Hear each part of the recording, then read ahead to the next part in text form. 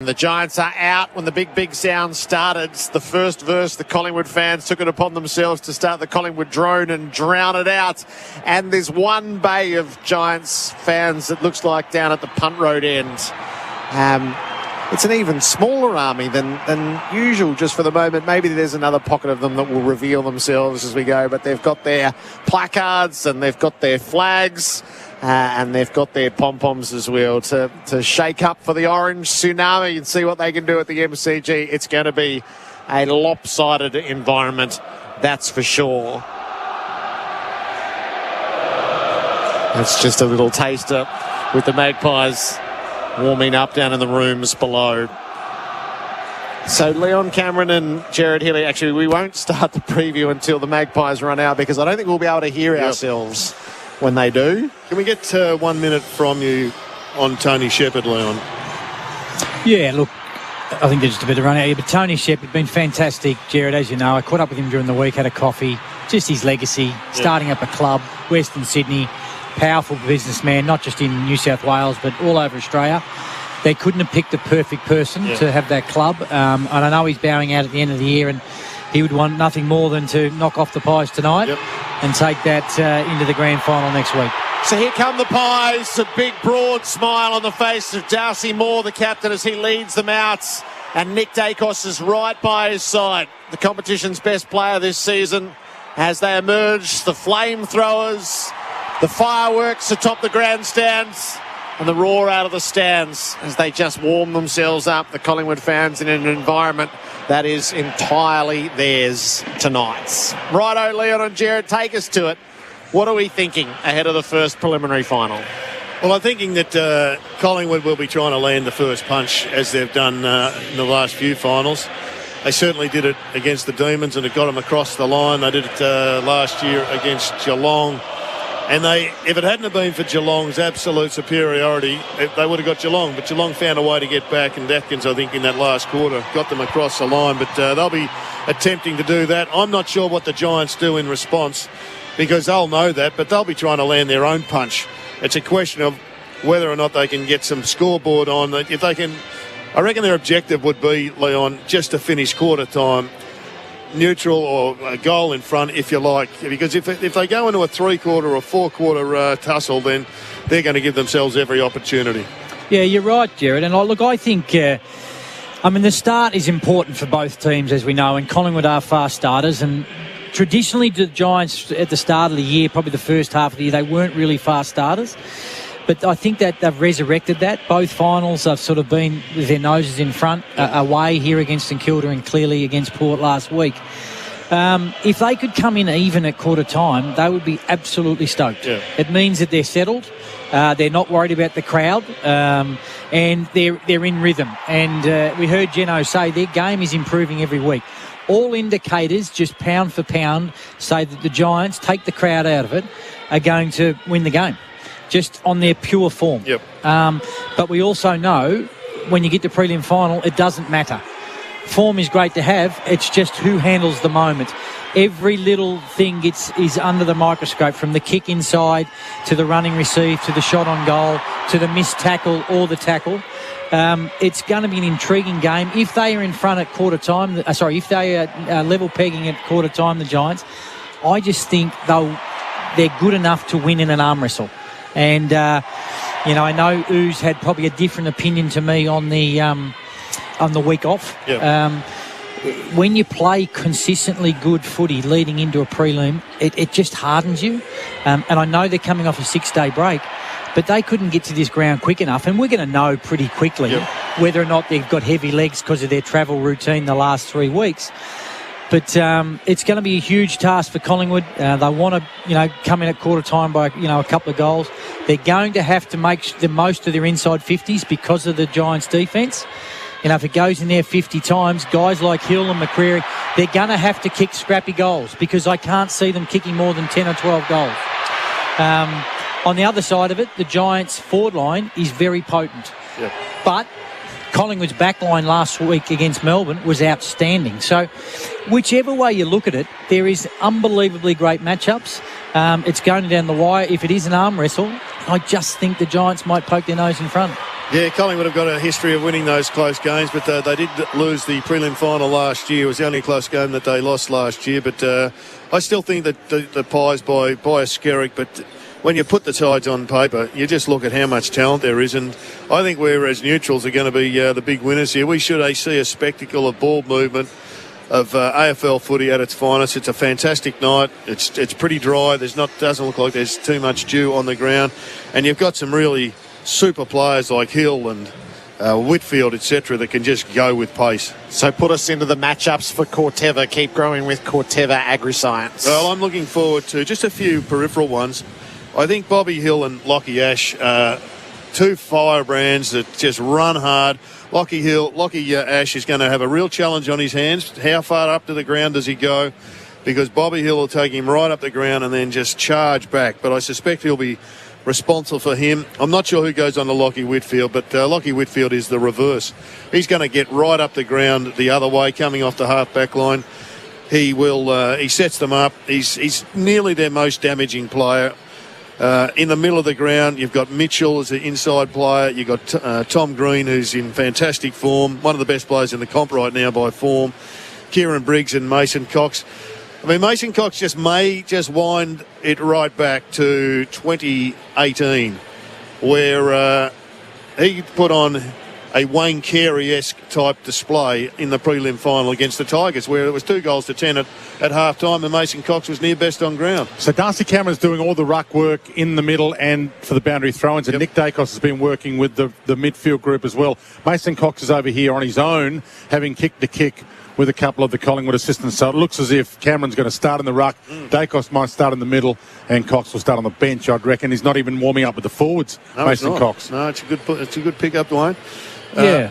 On the wings, you've got Dacos and Kelly and Sidebottom and Callaghan, who's, these youngster versus one of the blokes, the older statesman in the game. I hope they go head-to-head because Finn Callaghan is a player that I'm sure you would have liked to see a little bit more of, Leon, but he's just getting better and better. And the key matchup, I think, today, though, has got to be Toby Green and Braden Maynard. I'll be surprised if that's not the case. Maybe Quaynor could push over to Toby Green, but he's got some others that he needs to pick up. Yeah, I agree. And look, it's going to be a magnificent matchup, those two, in the front half for the Giants. I think the Pies defence have got a decision. Do they go Murphy with Hogan, or they just play their system and Moore and Murphy absorb him? Yep. Cannot underestimate Hogan. He's got a huge work rate. Clearly, he's rebuilt his game. He's getting better and better. So it'll be interesting to see on that. I think the one that... the Pies have got to really put some time into his Daniels. He's such a clever player. He always rolls back inside through the corridor. He's got great agility, whether that's Quaynor or whether that's Markov. They've got to make sure that he doesn't get out of control. And if I'm sitting in the Collingwood camp, I'd probably play Pendlebury on Tom Green, just off his back. Yep. It's not a tag. It's just more take control. Make Tom Green think about him a little bit more. Yep. Green's had it all, probably his own way the last 2 weeks, and he is such a superstar of the competition. He's only getting better.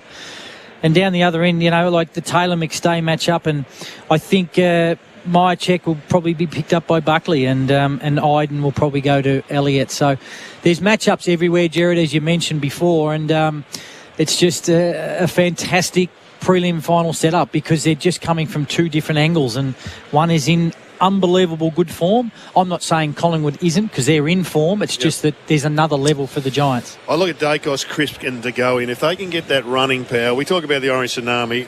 I haven't got a name for the Collingwood one, but when they start flying off the half-back line, they are just so exciting to watch. And De Goey coming out of the front of stoppage from the middle, you can just see him coming forward and lighting up the goals with one early in the piece to warm up the army. Very exciting two midfields, and ultimately they are going to go probably head-to-head to decide who wins the game. If accuracy doesn't, and accuracy has been a big factor in finals so far. It has. It's been one of the defining aspects of this final series across the first couple of weeks. Paradigm Aralex Active Herbicide, reliable wide-spectrum weed control in cereals. The teams are going through their warm-ups for Ream, Australia's favourite. That's steady, hot and strong. There are just excitement players everywhere you look in this game. Who could provide the unmissable moment for Drinkwise? You won't miss a moment if you Drinkwise. Oh, look, it's everywhere, Jared. I mean, De Goey coming out of the front of the stoppage, we know he can kick 50-metre bombs. Cornelio had his best game of the year last week in a final. I mean, they'll be matched up against each other. You talk about Kelly. I mean, Dacos and Callaghan picked 2 and 3. Yep. And Callaghan's only getting better, and we know how good Dacos is. If they line up out in the wings at times, I mean, everywhere you look, I mean, Bobby Hill, if he gets goal side, look out. And McCreary, if they get goal side. So the Giants' defence are going to make sure that, they can't get goal side, so they can get those goals out the back. But, I mean, realistically, I think everyone in the stadium... You've got to pick one, Leon. The Maynard Green one is just going to be outstanding. Okay. I'm going for Mason Cox, Jared. He's going to give us an unmissable moment. I don't know what it'll be, but the big American, he's going to stamp his authority. Our travel partner is Bargain Car Rentals, the best price guaranteed, no hidden fees, and Australia owned. That's a bargain. These teams finished 1st and 7th. The Magpies took first place on the table in round 7 and held it for all bar their bye rounds. And the Giants are coming from 15th. This is well documented. A withering finish to the season. A ladder update for Isuzu. Live your own way in the Isuzu D-Max. The Kubota cast, our weather for Kubota. Together we are shaping and building Australia. It's 12 degrees. It's been a lovely September day. Sun a little bit on the chilly side. It's going to get as low as 9 tonight, but 12 degrees right now. And the ground is coming together for Toro. Count on it. There's the centre, the square inside. The square has been replaced, so there's a diamond around the circles. That's new turf. And the rest, you can still see the rectangular pitch that was here for the rugby union a couple of months ago, still clearly marked with the darker grass. Count on Toro to get the job done. So a pause in the warm-ups. Do you remember what these moments were like, Leon, when you're observing the formalities with all the adrenaline? You just got to calm it down for a minute or two? Yeah, look, it's just an outstanding atmosphere. And listening to the national anthem is outstanding, and the roar afterwards. And you just want to play. You just want the ball to bounce. You don't want to lose too much nervous energy. Let's join Nat Edwards. Toyota welcome you to the 2023 Toyota AFL Final Series and tonight's first preliminary final between Collingwood and the GWS Giants. The AFL acknowledges the Wurundjeri people of the Kulin Nation, the traditional owners of the land on which we gather on today, and pay our respects to elders past and present. We acknowledge we play our great game on this land and respect the cultures of all First Peoples, the contribution to our nation and contribution to the game of Australian rules football. To conduct an official welcome to country, please welcome Uncle Colin Hunter Jr.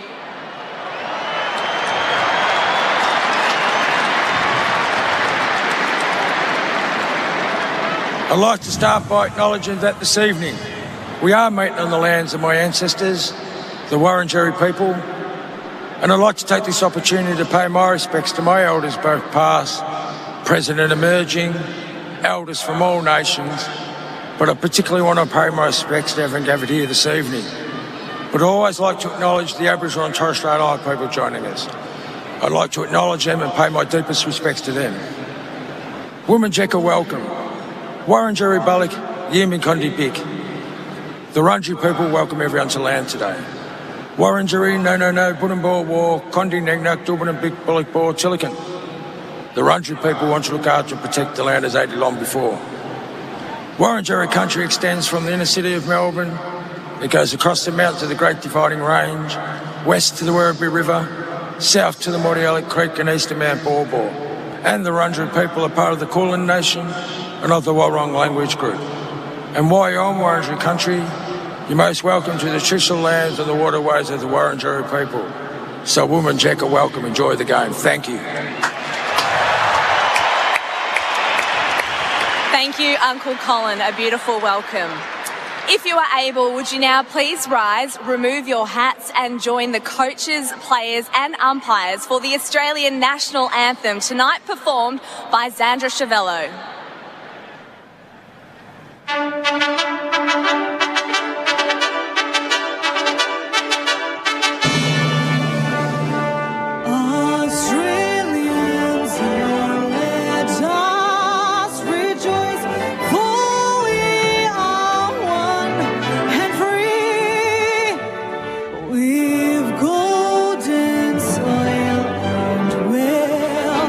Toil, our home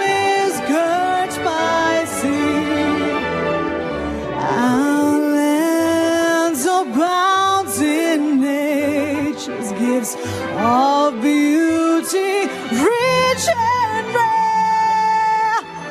In history's page, let every stage advance Australia fair. In joyful strains, then let us sing, advance Australia fair.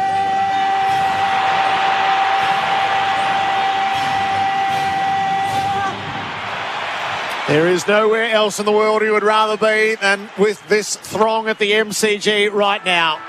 A couple of minutes away from the first preliminary final. Down at the Punt Road end, the one bay of Giants fans. They don't seem to even have the whole bay. They feel like you can measure them by the dozens rather than by the hundreds tonight, and in what has been pitted against them in Magpie colours. Final piece of the warm-ups and the final word from our experts for Local Expert. Get the job done with Local Expert. Leon Cameron and Jared Healy.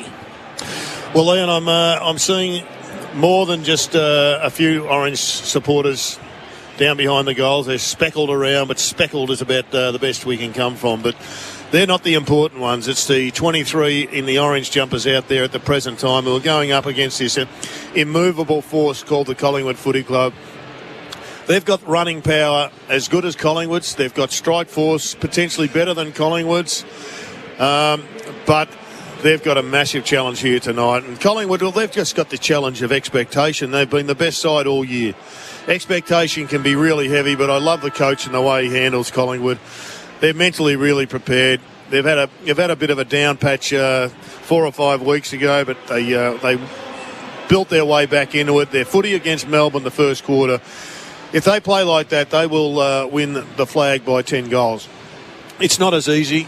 If they get through tonight, they're going to be incredibly well placed. So, yeah, look, Collingwood have been the best side, as you said, Jared, all year, and just got that feeling that prelims are so hard to win. And as I said, if the Giants are in it at quarter time and they have an arm wrestle, I just think that they can come out the other side just because of just the form they're in. But it's going to be a wonderful final, and to predict a winner is just, you've got to be Nostradamus, I think. And I'm looking forward to just the matchups all over the game. And you mentioned the speed of ball from both sides. Let's hope we can see a really good scoring prelim final, and one that's just going to be a memorable one that we're talking about for ages. I think Darcy Moore is a real key for Collingwood and for a Giants victory. They've got to work the ball around him. Can't have him coming in and taking intercept marks. But it's an opportunity for someone to write their own histories. Toby Green couldn't have had a better season, but in reality he can. He can lead this side into a grand final. Bobby Hill was huge last week. Has Sidebottom got another big game left in him? Has Pendlebury, can he be the match winner tonight? And Big Mason, well, Dwayne, he's fooled us all. Big Maso is in the ruck. Absolutely. So stand by. No Nick Dacos in the centre square for the bounce either. Opening siren, preliminary final, Collingwood and the Giants for a place in the decider next week on AFL Nation. You're with Dwayne Russell. Lipinski on Whitfield will be a tag. We're going to have to build ourselves a bigger stadium, I reckon, guys. It's barely big enough just for Collingwood fans in here, and the feeling is fantastic. We're underway in the prelim. Flick hand pass is good. Whitfield's been put on his backside, but he got it to Cornelio. Heavy pressure already. Heads out wide. Little bouncer on the deck. Josh Dacos gets there. Turns outside. Howe's there off and running for him. Heads out wide. And McStay gets his hands on the ball early, but he drops it across the boundary line and will get a ball in a few metres. The Collingwood side of the Shane Warne stand wing. Opening minutes of this magnificent sight we're seeing here at the MCG. The winner into the granny. Bobby Hill was the early enforcer. Nick Dacos has started on the bench. Cox swings it down underfoot. DeGoey attacked the ball hard. Hand pass to Josh Dacos. Kicks the Maggies to half forward. Poorly directed. And Perryman with a straightforward intercept. Has a little glance to his right. But he is going to take the territory down the line to a contest. What do they got? Moore got to the front of it. Cox plays Crummer and he gathers. Nimble hand pass out to Josh Dacos. Worked it on to Crisp, trying to come back inboard and does successfully. Dabs the pass to Pendlebury. Didn't instantly link it up. Instead, he meanders out onto the left boot. He's going to land it up at the hot spot. McStay! A little defensive stumble from Taylor cleared the way for an uncontested mark. It's fantastic ball movement from Crisp and big moment out in the wing for Cox, just winning that one-on-one. The way you're going to get Taylor is exactly the way that McStay did it. He headed back towards goal and then come back up on him. If he's just in a stand and deliver, he's not going to be able to win those one-on-ones. Big moment. He's pretty nervous in front of goals. One of these recruited for such a moment. Dan McStay steers it through.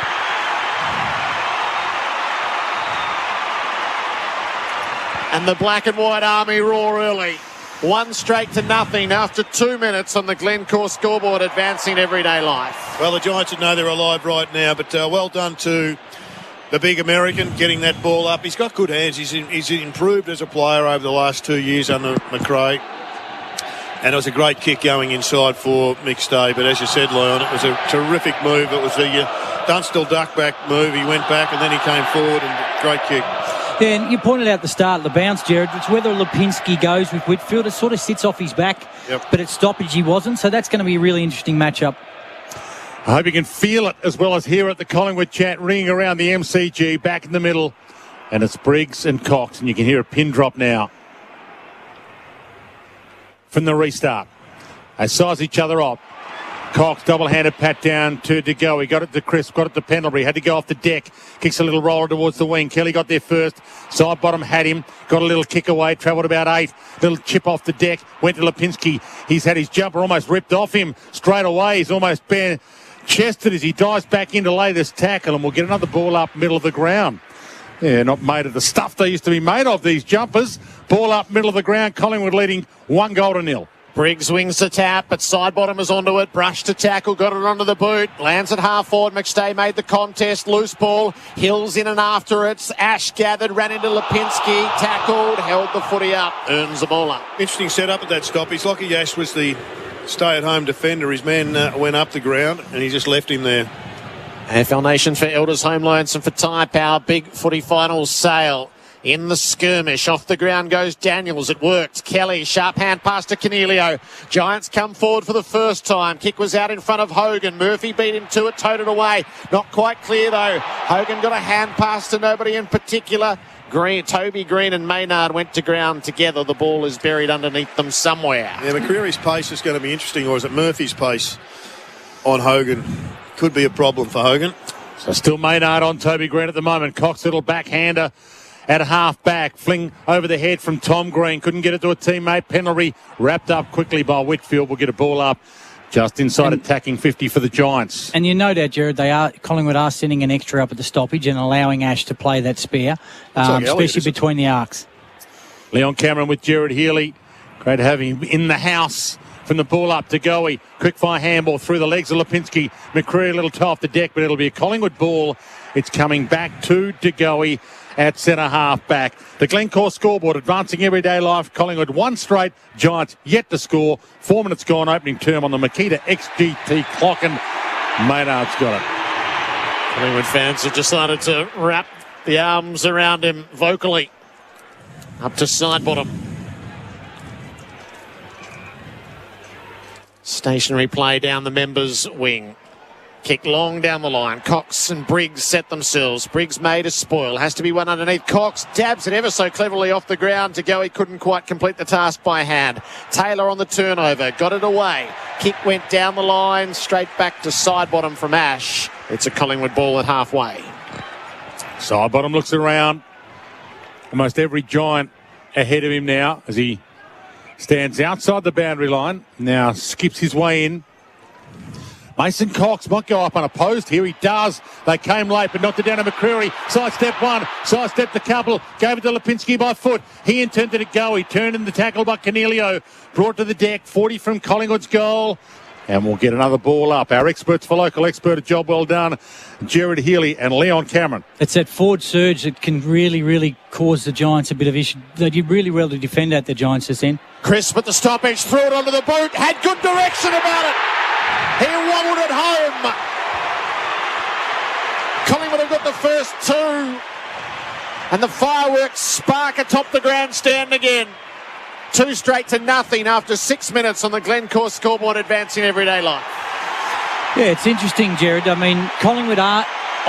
Here comes Nick Dacos. I'll stop there. Yeah, the roar was enormous, but you were going to make the point, Leon. Collingwood are sending that extra up in stoppage between the arcs, and just then Crisp was the spare. Yep. The Giants have got to be careful. Do they make that decision? Does the halfback flankers come up with him? And right now, Collingwood are probably on top in that moment, so they've got a decision. Do they take the numerical or do they come up? So Craig McRae's pulled another surprise here. Nick Dacos has come on and gone forward. He's inside attacking 50. So not at half-back, not in the middle. Started on the bench, straight in the forward line, and Cox in the ruck against Briggs.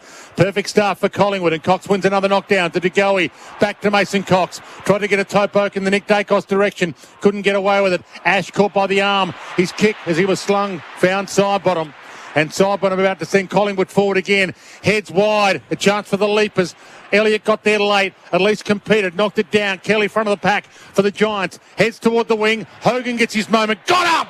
Couldn't quite bring it down. He had 2 grabs at it. Side bottom inside. Kick to De Goey. He's awesome. De Goey's out. He's got choices. Who does he want? McStay. Goal square. Gets there. Almost. Has got it. He dropped it. Play on. Had 3 grabs. Hit the deck. Top of the goal square. Mad scramble. Umpire said, play it on, boys. Play it on, boys. It's in there somewhere. The scramble continues. He's going to have to ball it up. He does now. Well, they're dominating at the moment, the Pies. They've got this early start that they've made their own through the last few finals. McStay had almost all of that. Mason Cox is having an impact with just little tiny things. Briggs threw Cox away, got away with it, but couldn't do anything with a kick, so it's still at the top of the goal square, and it'll be balled up once more. Yeah, he's using the soccer kick to advantage at the moment, Big Meso, if not the tap out. Briggs reached in, won a tap. Toby Green's put himself at the source. His kick is up in the air, and Lloyd makes it good. They need a bit of territorial reprieve here, the Giants. They have been defending for the first 8.5 minutes of the match. Kick comes across the face of goal to Iden. Needs a target on the way out. He goes for a bouncing run. Caresses the kick for Ash, who can turn and flip the hand pass out wide to Himmelberg. Up the line he goes. He wants Brown. He had good position and he takes the mark. Well, that's 50. Inboard, yes. Yeah. Jared saw it.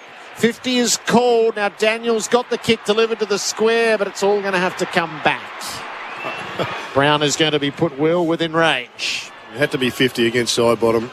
Very stiff though, the Giants. They had that one sorted. Lockie Keefe was desperate for a shot. Yeah, and look, that's where the Giants' form has been absolutely outstanding the last 6 or 7 weeks, taking from one end of the ground to the other. Now, they got lucky with the 50, but that overlap, Collingwood covered the corridor, but the Giants worked away. They switched the footy, got the overlap and the run, and they look really dangerous from there. Big shot this. Callum Brown, it is simple enough in normal circumstances. 35 out, no angle, poor strike, missed to the right. So the Giants didn't get what they needed. They're down 50, by 11. Isn't it, the 50 cost them the goal. Cost them a goal. But it's one of those goals that he'd normally kick. He's a pretty accurate kick, but that's what 95,000 barracking against you might do. Howe heads to Cameron. Up he comes and takes the mark. Half-back flank for Collingwood. Poor checking there by Himmelberg. He should have been able to read that one. The ruckman was 10 metres in front of him. Chip kick inside to Howe. His chip kick to Mitchell. Worked their way almost to the wing. Mitchell back pedals to half-back. They lead 2 straight to 1 behind Collingwood on the Glencore advancing everyday life scoreboard. Mitchell heads long. Elliott might get up. Oh, boy, did he get up, but he didn't mark it. De Goey crumbed it, wobbled it inside 50. I think he'll get away with that. Did he have sufficient intent? Umpires look around and say, yeah. Very rarely gets played in the front 50, doesn't it, No. Dwayne? Yeah. Not the way Collingwood are going, though. They're just surging forward and getting to the front of every stoppage. Running hot for Ream, Australia's favourite. That's steady, hot and strong. Forward 50 throw in. Punched by Cameron all the way back to the boundary and over. Front and square, just classic roving type. That time it was De Goey. Ball just bringing it to the ground. I suspect that under pressure, the coach had just said, we don't care if you mark it, just bring it to the ground. We'll have some representation there.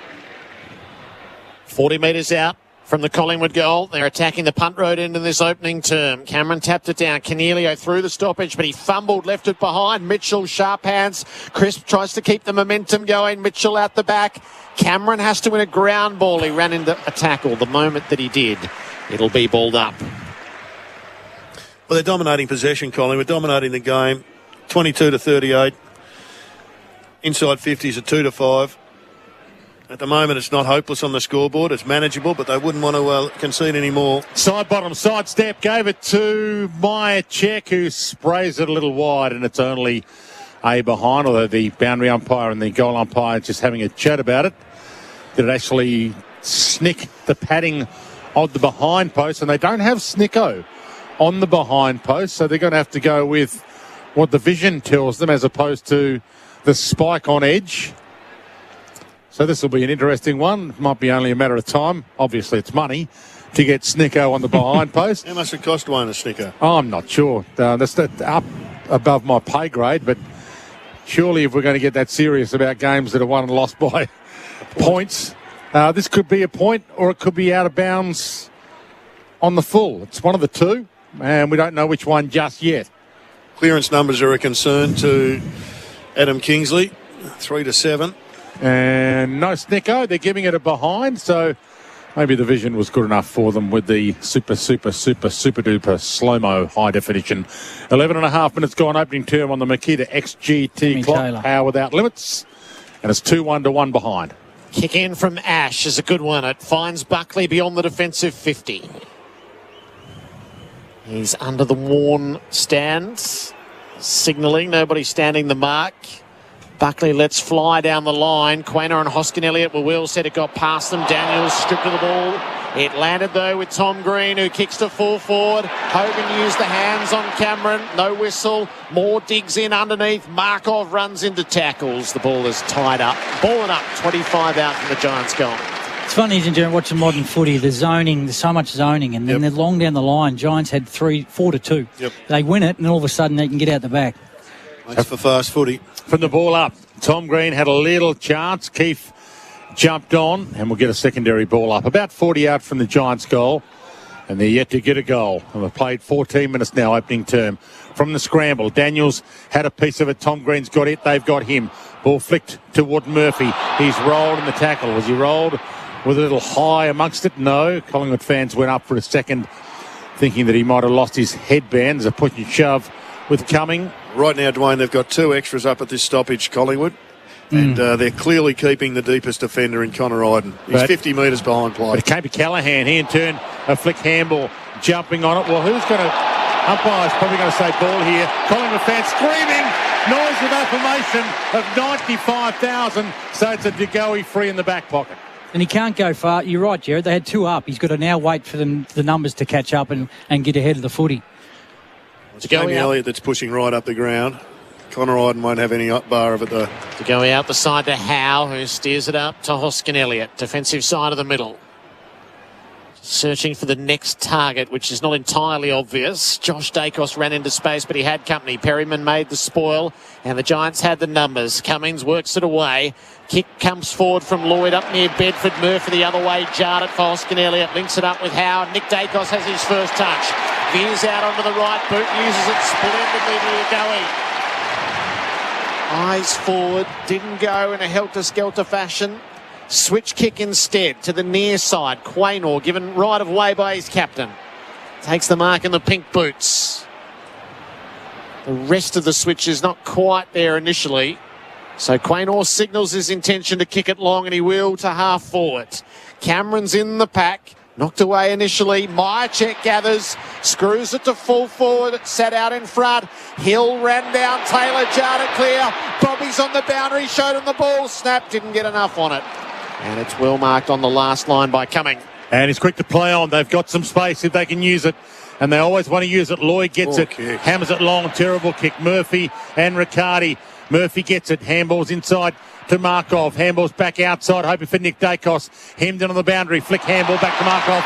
He's exceptional. His short pass just as good to McStay. Dumped away last second though by Buckley. Got it to the middle to Tom Green. He in turn short pass to Keefe. He wants to go. Wants the corridor. Finds the corridor.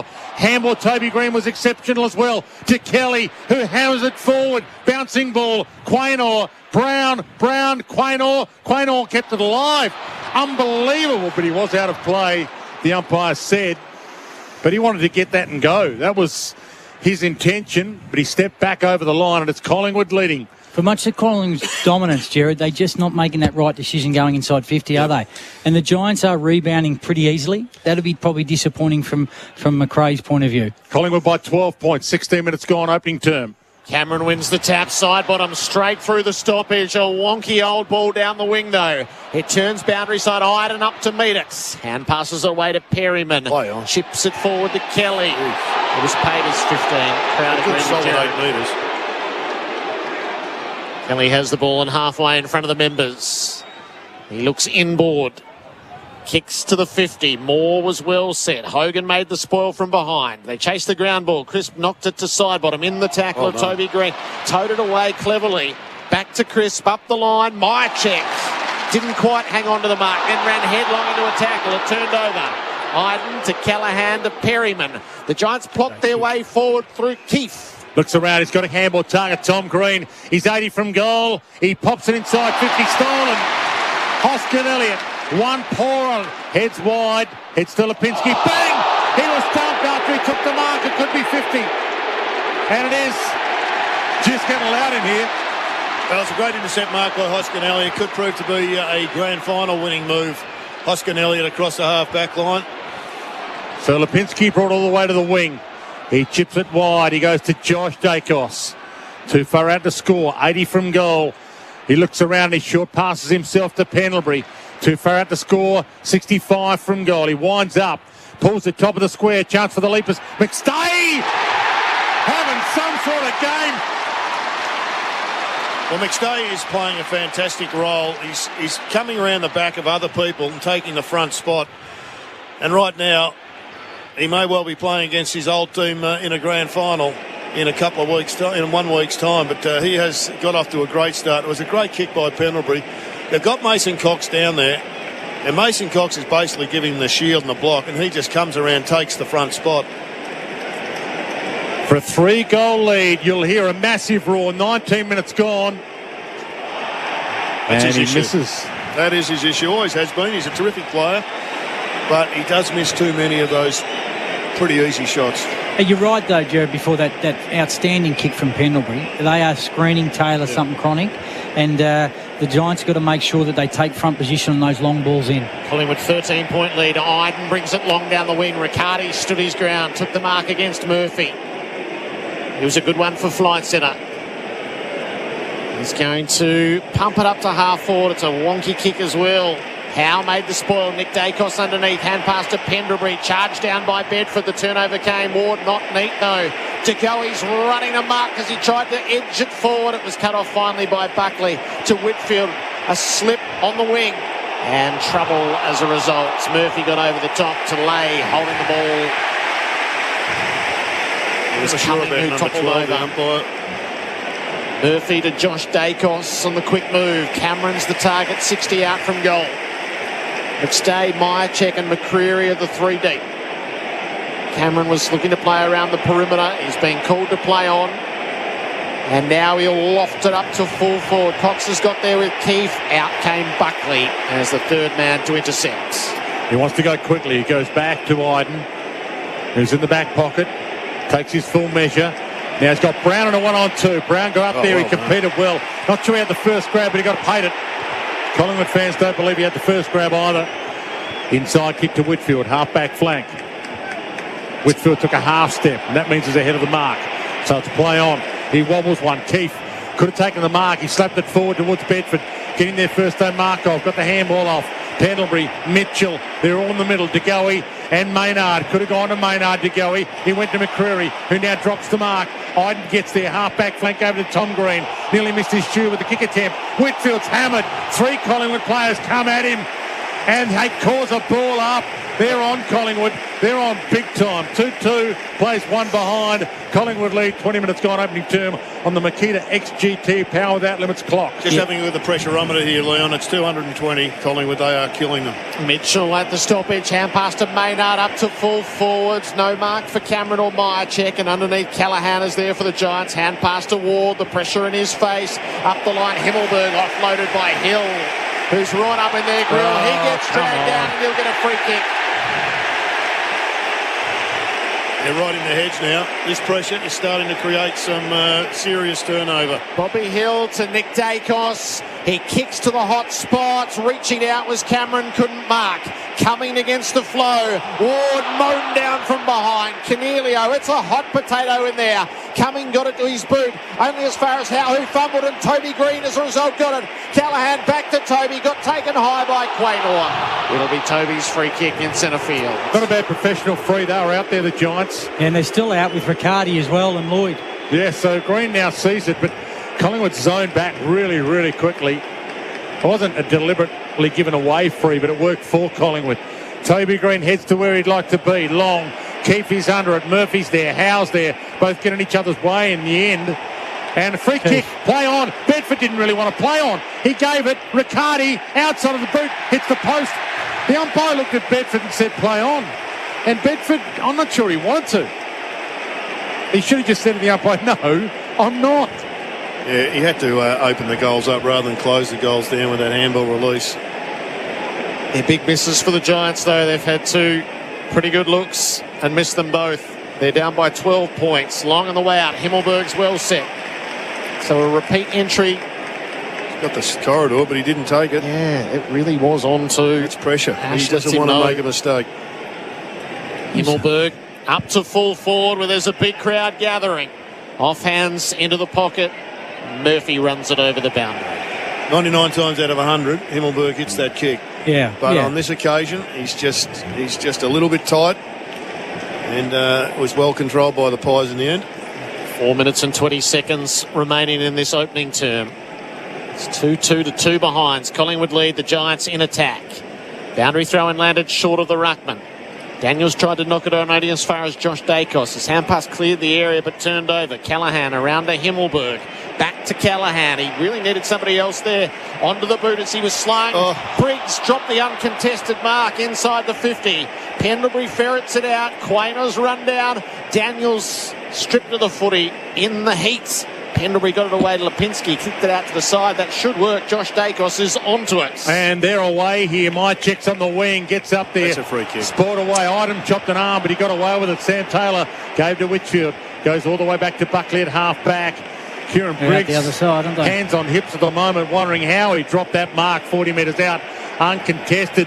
He might get another chance here. Lloyd, short to Ward. He's on the wing. Whitfield's in the corridor. He ignored it. He went to Toby Green. Not a bad man to go to, but he's a long way from home. He's 90 out. He's 95 out as he backpedals. Gets a boo or two, Toby. And now the Collingwood zone sets up and they pluck their way through it. Daniels takes the mark. 45 directly out. And with 3 minutes left in the opening term and no goals on the board for the Giants, I'm not telling you much if I tell you Daniels needs to kick this. It's not out of control, though. And that's the good thing for the Giants, because they haven't been good. And Collingwood have been good and should have had more score on the board. Directly out. 45 out. Struck it pretty well. He's using some body language.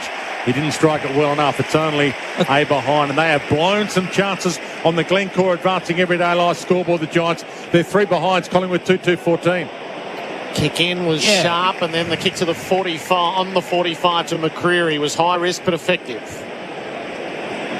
I mean, both sides are defending really, really well, I think. I mean, the Pies probably should have had another goal or two on the board, and the Giants have missed 1 or 2. But I think they're settled now, Jared. I feel as though that the Giants are starting to settle into the game the last 5 or 6 minutes. Or out of half-back. Briggs flew at the pack, dropped the mark. It spilled to the back. Whitfield is onto it. Hand pass creative. Cornelio let a bit of traffic go by. Out the back to Taylor, who wants a target, and he's got it in Buckley. This is where they're hurting Collingwood. They're picking their way through and taking the ball from one end of the ground to the other. Collingwood's zone's been good deep, but probably not through the middle of the ground. Buckley's been told to move it along. He kicks adjacent to the centre square. Keefe set himself. Markov, though, brought it to ground to Goey. Stripped to the footy by Perryman. I'm not sure that he really had it to Goey, so it's his ball on the free kick. So 1.5 minutes left, opening term. Collingwood 2-2, Giants 3 behinds. Glencore Advancing Everyday Life scoreboard, and DeGoey in front of 95,000 plus here at the MCG. Winner into the grand final next week. I like Collingwood's defence of that move by the Giants. They pushed up and restricted the outlets, forcing him down the line. Crisp long, and he finds Mychek on a lead. Too far out to score, you'd think, Mychik, unless he really opens up and blasts it from 55. We're down to 1 minute left. This is where Big Mason will come on. He pulls the kick. He heads toward Cameron or Mason. Buckley got a hand on it, knocked it down. Still danger area for the Giants. Collingwood around it, forward pocket, and we'll get a ball up. The Makita XGT Power Without Limits clock says 54 seconds to quarter time. He's had 10 for safety steel sheds. Briggs got rid of Cox. Elliott ran through. No, you can't do that. As it was still in the ruck contest as Elliott ran to the drop of the ball, and it's Briggs' free kick. I've been watching his shoulder. It doesn't look restrictive. No, it looks like he's got that power and strength in the stoppages. Briggs brings it out to half back. Maynard made a good spoil in the pack. Crisp double-handled the footy and lost it. Canelio blind kick, cut off by Moore. Darcy Moore to direct the Collingwood attack. Up inside the 50. Cameron given right of way. Buckley made the spoil from behind. Ball still to be won. Hill played for the high free kick. Umpire didn't buy it. He's buried on the spot. 40 out from goal. It's a poor execution for Moore. He just needed to probably wait another second or two and then drive that in a little bit deeper. Ward got taken down by Mychik. Skirmish in the aftermath. Tossed up. Cameron taps it down underfoot. Crisp and Hill and Mychik are all been a nuisance. Oh, a suplex. Taken to the turf was Mychik. It was a suplex. It was interesting. He didn't slam his head. He slammed his backside. It was Lloyd's. So it's rugged and not what you'd see in footy, but it's not a free kick. Flipped him up and landed him safely on his back. Was it high, Jared? Don't think so. Tap came out the side. Daniels is onto it. The Giants are trying to hold up for the quarter-time siren. And they will. And there's a bit of a fight in the aftermath too. Ward was the centrepiece of that. 3 or 4 Magpies came at him and came at him hard. So the fight to punctuate the opening term, which is tilted in Collingwood's favour on the scoreboard, 2-2-14. The Giants missed their moments. They have 3 behinds to show for their work, but they did balance up after getting jumped early. McStay and Crisp are the goal kickers in the game. 11-point margin on the Glencore scoreboard, advancing everyday life. AFL Nation is for Elders Home Loans and Tyre Power Big Footy Final Sale. That quarter on AFL Nation was for Glencore, advancing everyday life. Learn more, search Glencore. The Makini side radio is kicking along. The boys are on a smuggle and it's taking too long. They're spinning some lies, having a yak. Now all I want is my Makita back. You better get screwed, you better get sore. It's bloody grown legs, it's not here anymore. It's jacked on power with a battery pack. Now all I want is my Makita back. I want my Makita back. I want my Makita back. I want my Makita back. This is the sound of a motorcyclist's jeans being shredded to pieces in a low-speed crash.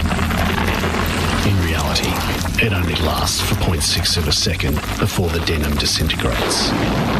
Then his flesh is shredded by the coarse bitumen as he grates across the road like a human crayon. Remind your loved ones to wear all the protective gear on every ride. A message from the TAC. The ship carrying cargo of spiced rum from the Caribbean was attacked by a monstrous kraken, plunging the vessel into impenetrable darkness, ending with the destruction of every living man on board the vessel, and all but one of the barrels of rum, which was badly stained by the squid's black ink. It was dubbed the Kraken Black Spiced Rum. Available now at all good bottle shops. Drink responsibly.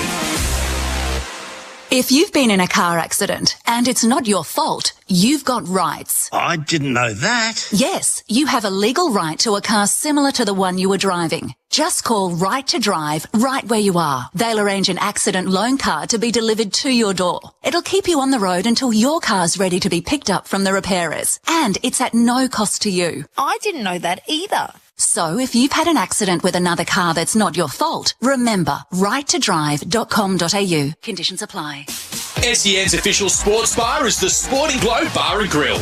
And the Sporting Globe Bar and Grill is the only place to be this AFL Grand Final day. Catch every minute of the action live and loud with signature wings, ribs, burgers and so much more. With over 50 screens and the best big game atmosphere in town, it's the only place to enjoy the biggest day on the footy calendar. Book your Grand Final table today at sportingglobe.com.au. It's more than a sports bar, it's the Sporting Globe. In footy, September is the time to shine and time to get the free 5-minute tyre safety check at Tyre Power. The Big Footy final sale is now on and you can win a life-changing trip away. Buy any 4 selected Toyo Open Country tyres for your chance to win a holiday to Las Vegas. Thank you very much. Tyre Power, Toyo, Vegas. Your leading vote getters during the Big Footy final sale. To find your Aussie-owned, local, independent Tyre Power dealer, visit tyrepower.com.au. Tradies and service providers, listen up. Improving your cash flow and reducing your paperwork is just minutes away. Visit localexpert.com.au, become a local expert and they'll connect you with customers requiring your services. There are no sign-up fees and you only pay for leads that actually turn into a job. Improve your financial security and work flexibility by joining the service revolution. Become a local expert today by visiting localexpert.com.au. A job well done. If you're after a dual cab ute, go have an old Uncle Merv at the Sanyong Muso. It's made by our mates in Korea. It's the one that's built tougher than a cat's head. The one with more toe than a Roman sandal. Up to 3.5 tonnes if you don't mind. It's the one with more bells and whistles than you can poke a sticker. And the one from under 37 grand with a 7-year warranty. You little beauty. Sanyong Muso. It's the one for all. Drive long, knackers. Drive long.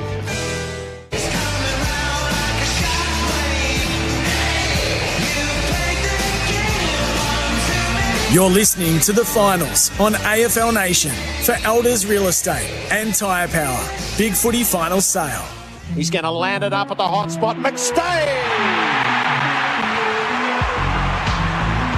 Big moment. He's pretty nervous in front of goals. One of these recruited for such a moment. Dan McStay steers it through. And the black and white army roar early. Brought to the deck, 40 from Collingwood's goal. Crisp at the stoppage, threw it onto the boot, had good direction about it. He wobbled it home. Collingwood have got the first 2, and the fireworks spark atop the grandstand again. Maccas, I'm loving it moments. The Monopoly game at Maccas is back. And it's still just those 2 goals at quarter time. 2-2-14 Collingwood, the Giants 3 behinds. Our major partner is the TAC. Don't use your phone illegally while driving. TAC. Jared Healy, Leon Cameron. Well, to me, Leon, Collingwood looked more assured at this stage, and they've had much more experience at this pressure end than the Giants, who last year weren't in finals campaign. In the middle, I think that they're getting beaten. The clearance numbers are significantly in favour of Collingwood. They've only got 1 goal from them, so that's the bonus.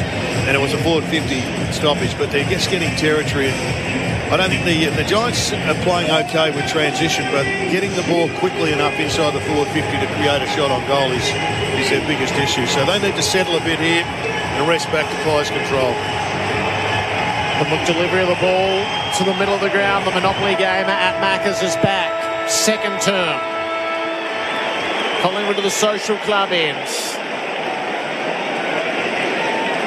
Giants kicking to the left as we look at it. Collingwood by 11. Opening bounce set down. Cameron wins the tap. Nick Dacos couldn't quite handle it. Tom Green off the ground to half forward. Howe had a play, couldn't haul it in.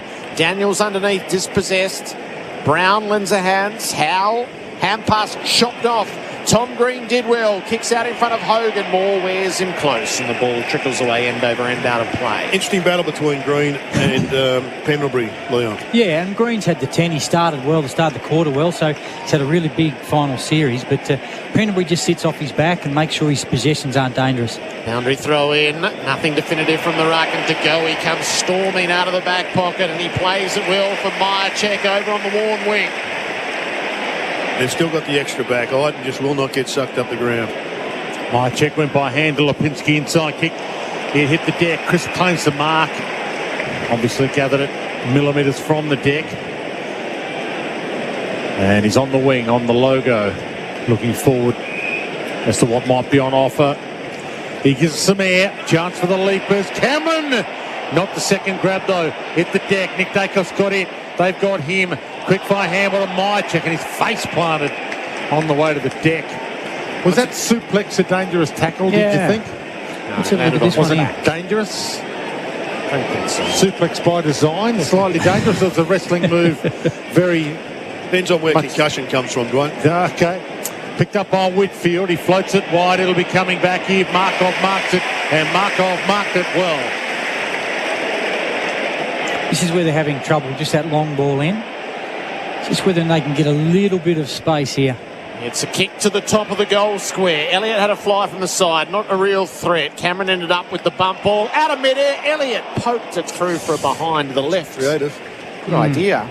They're up by 12 on the Mate Internet and Mobile scoreboard. So it's one of those games where they haven't really been in it, but they're not out of it, the Giants. Which they'll be happy about as Whitfield heads wide. Up flies Hogan, comes down to half-back. Takes a good contested mark. There was some heat on him. He's got it on a half-back flank. Has Jesse. Warren stands side. They're kicking to the punt road end. He would have hit the roof if there was one. He got it high, and Cameron stood under it and took the mark. That's just not good enough from the forwards of the Giants. That had to be a contest there. So wide to Josh Dacos. He was caught as he kicked it, got it to half forward. Thumped away by Briggs. He could have gone for the mark. Hogan's got it. Flicks the handball out wide to Kelly. Half-back flank. Got it to Cornelio. What was it to Toby Green? If it sits, he's away. It sits and he's away. He gets corralled. Pops the pass nicely to Keefe. And they're about to go inside 50 of the Giants and maybe get their first goal of the night. So they've had so many blokes up the ground like Hogan that they've just had to sit and wait. Let some orange representation get inside the 50. Keefe kicks now into the pockets. He set Daniels a big task. Hoskinelli got the fist to it. It's out of bounds. Well, Daniels and Toby Bedford really haven't had an impact at the present time, and they've been one of their great strengths. Yeah, and look, they're getting an opportunity here at a forward stoppage, whether they can, be creative around this, but they are getting up really, really high to help their defence. Right forward pocket for the Giants. Briggs had front position. Cameron worked it well. Knocked it down to Josh Dacos. Off to DeGoey. Bounces it out of half-back. Ash did well, full-chested.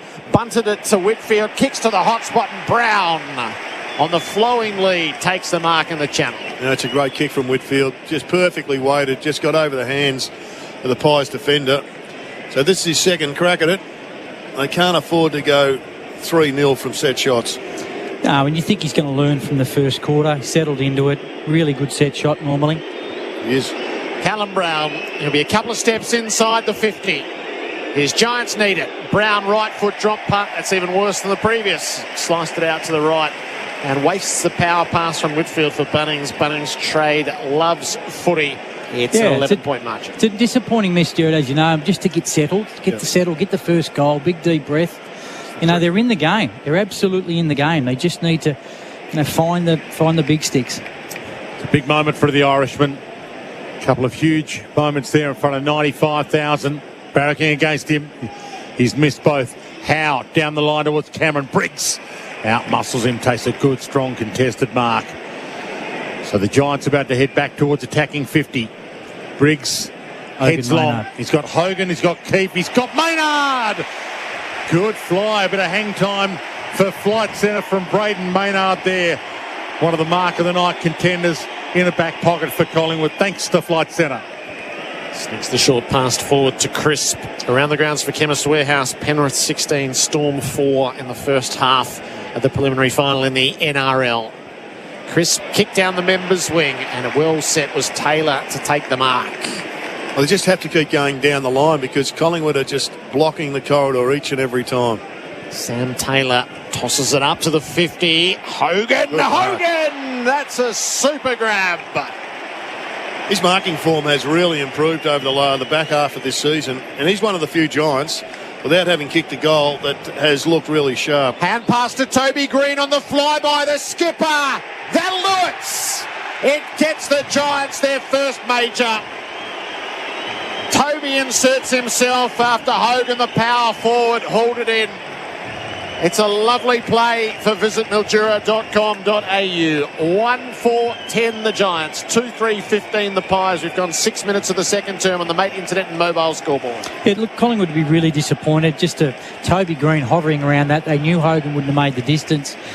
And you just, basically brought Toby into the game. Now all of a sudden he's got one on the scoreboard. He's feeling good about himself. Hogan's taken a mark. Taylor's taken a mark. That's probably his first intercept mark as well. Briggs has taken a mark. In the space of that 6 or 7 minutes, that all of a sudden the Giants are in the game now and only 5 points down, inside 50s, contested possession. The only differential really is the clearances. Yep, and this is a big one.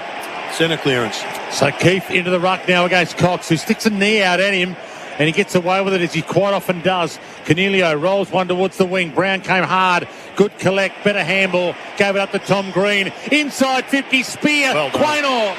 He ran it off the boot to perfection. He cut it off just as Hogan was about to mark it, and he heads wide to McCreary, whose hands were exceptional. 7 minutes gone. Second term, 5-point game. Collingwood lead, and that clock for McKee to XGT, power without limits. McCreary went short to Pendlebury inboard. Hogan and Murphy have been in an elongated jumper punch battle.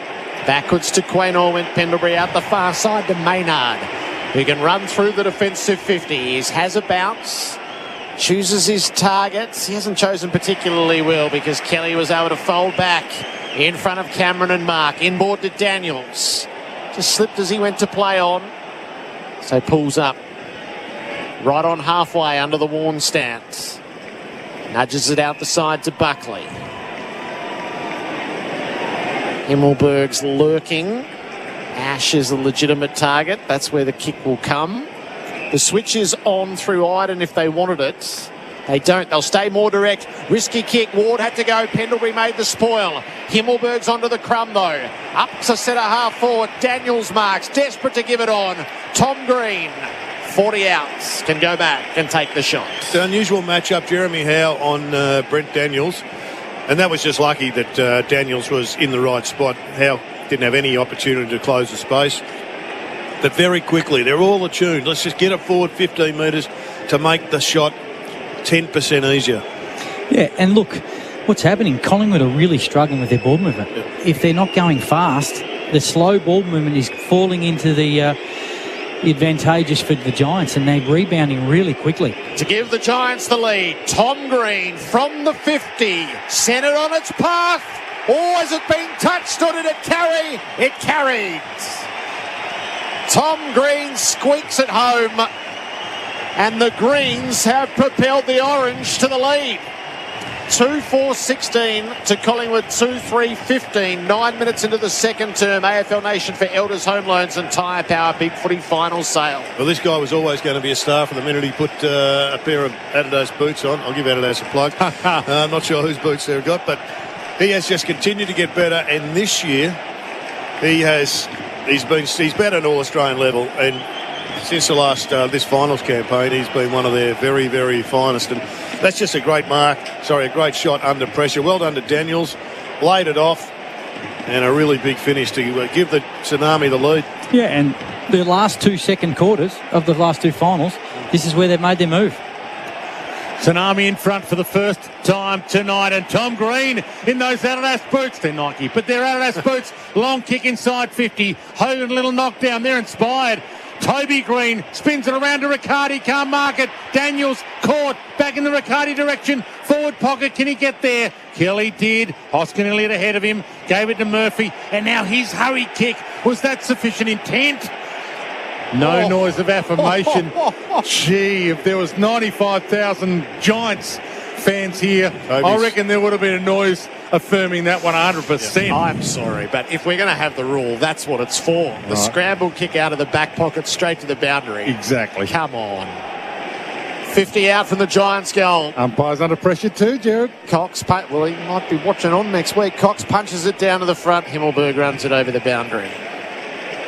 Oh, it's a huge challenge now for Collingwood. The pressure's right back on them now. Yep. I mean, they had their 2-goal buffer. They missed a couple of shots. And now all of a sudden the Giants find themselves in front.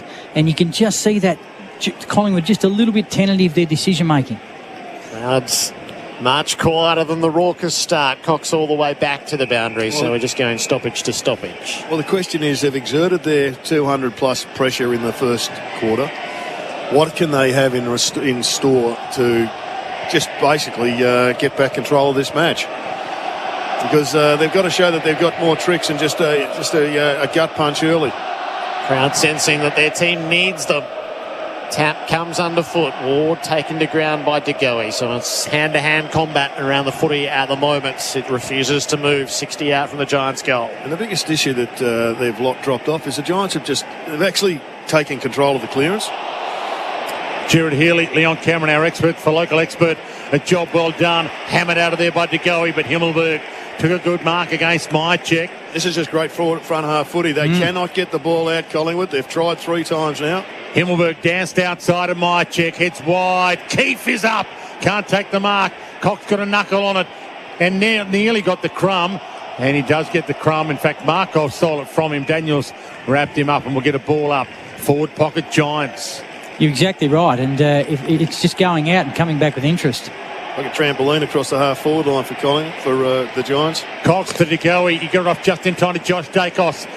He pumps it wide. Iden gets up on the wing, and they'll be heading inside 50 again. This is the great strength of the Giants. You've got so many guys in that back line that are good above their head. Iden wouldn't pull the trigger on the change of direction, though, so it's back down the line to a pack. Keefe had a fly at it, knocked away. Markov out to De Goey. Lost the footy as he tried to forge his way clear. Cornelio to Tom Green.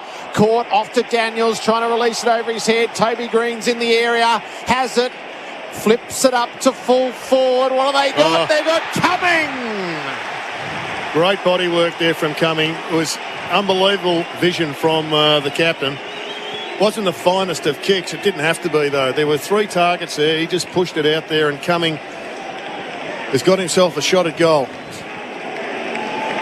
20 out and directly in front was where he took it. Gone back a long way. This is a nervous run-up. Team play from Toby Green for Barbecues Galore. Huge savings with Barbecues Galore. Visit in-store or online. It's a 30-metre run-up. Big deep breath. Isaac Cumming with a gilt-edged opportunity. Skips in, kicks, goals. That's 3 in a row for the Giants. And they sneak to a 7-point lead.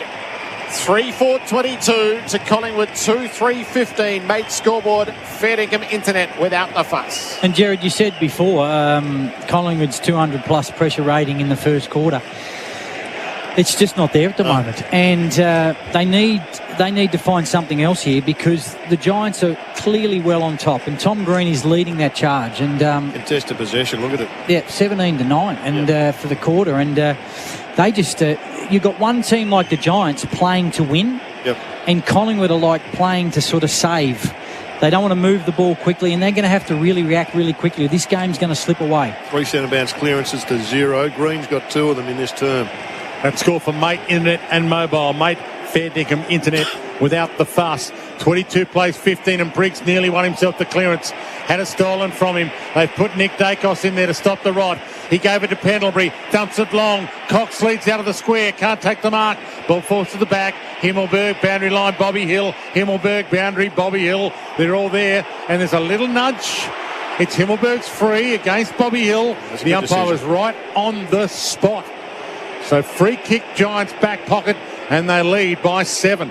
10 inside 50s to 3 the Giants way in this turn for safety. Steel sheds long down the line. Moore made the telling spoil in the middle of the pack. It's out of bounds. And the concerning part is that in their front 50, the Giants, Collingwood's front 50, they just don't look like they've got a winner. And the Giants' defensive 7 are really settled now.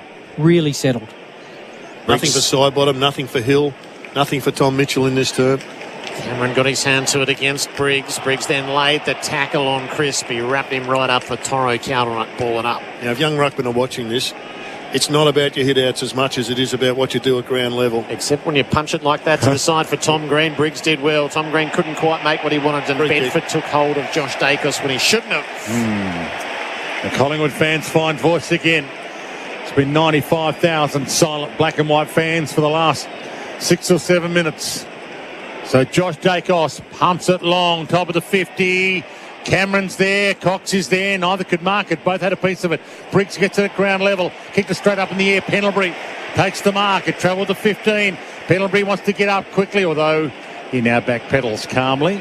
Markov wide. Short to Markov, that man, wide.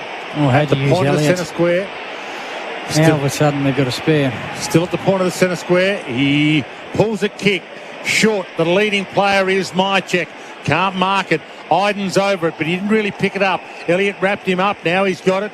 And we'll get a ball up 30 metres out from Collingwood's goal. And Collingwood need a goal. Giants have kicked the last 3 of this game on the Mate Internet and Mobile scoreboard. Ball up, Cameron took it himself, hand pass forward, Mychek looking for someone, got caught by Buckley holding the ball.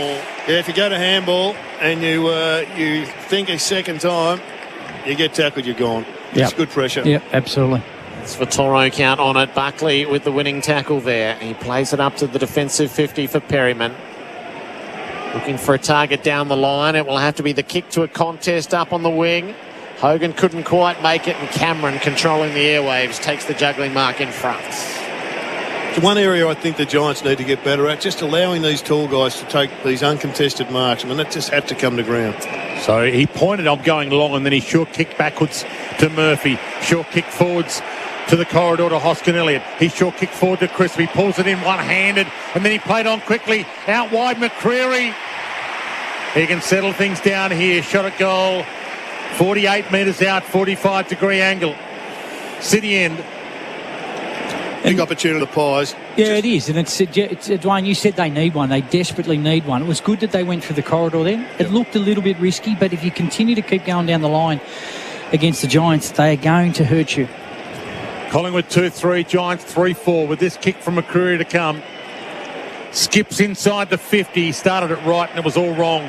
It was never right, even though it was too far right. I reckon he was lucky to get it. Yeah, it was interesting, wasn't it? That was the right side of the post every day of the week. Yeah, so it looked like it might have gone over the post or to the right of the post, but they've been given another point after a contentious one in the opening quarter. 3-4 plays 2-4, 18 minutes gone on the Makita XGT clock, second term. Whitfield left the defensive goal square, kicks it in long. Riccardi presented, Moore made the spoil. Pies had the numbers at the drop. Hill, sharp hand pass. Josh Dacos on the turn. No, didn't He's work. played well, Perryman, hasn't he? Yeah, he's just really calm and makes great decisions. Perryman incisive into the middle. There's a 50-metre penalty and all of that as well. Well, the one bloke who's running around like a chook without a head, unfortunately, is Toby Bedford. He has had a fantastic season. He cannot buy the footy at the present time. Perryman's been brought forward of the centre. He'll take a bit more ground. Kicks up to full forward. Hogan, up he went, mistimed the leap. Riccardi out of mid-air. No penetration on the kick. Swatted away. Brown underneath. Hand pass to nobody in the square. Cut off by side bottom. Oh, risky kick all the way curling across the face of goal straight to Buckley. That was not on from the veteran. He's never kicked a goal in his league career. Gives it to Toby. I mean, that's just Jack Buckley off to Toby poor Green. checking, isn't it? He won't make the distance this time. They set themselves, and Cameron with the spoil free kick going Collingwood's way. So there'll be no score at all. It stays a 6-point margin on the scoreboard for Mate Internet and Mobile. It's the game we expected, though. The Giants more than holding their own at the moment. Markov in the back pocket with Collingwood trailing and under pressure. Had a bounce, took his full measure, heads wide. And a wrestle on Iden and Mychek. Umpire said play on. Nick Dacos picks it up, finds a handball to Bobby Hill, and he runs the wing. He's got a few Giants against him. He sidestepped a few of them. Kicked inboard to Quaynor. The decibels go up. Long, Quaynor. McStay over the back. Can he bounce onto the back of it? Elliott's with him. McStay. Elliott, forward pocket. Lipinski. They all looked at each other. Lipinski gets it. He was caught. Tried to handle to side bottom. They messed that up a bit. They messed it up a lot. And it's a Giants free kick. Back pocket to Sam Taylor.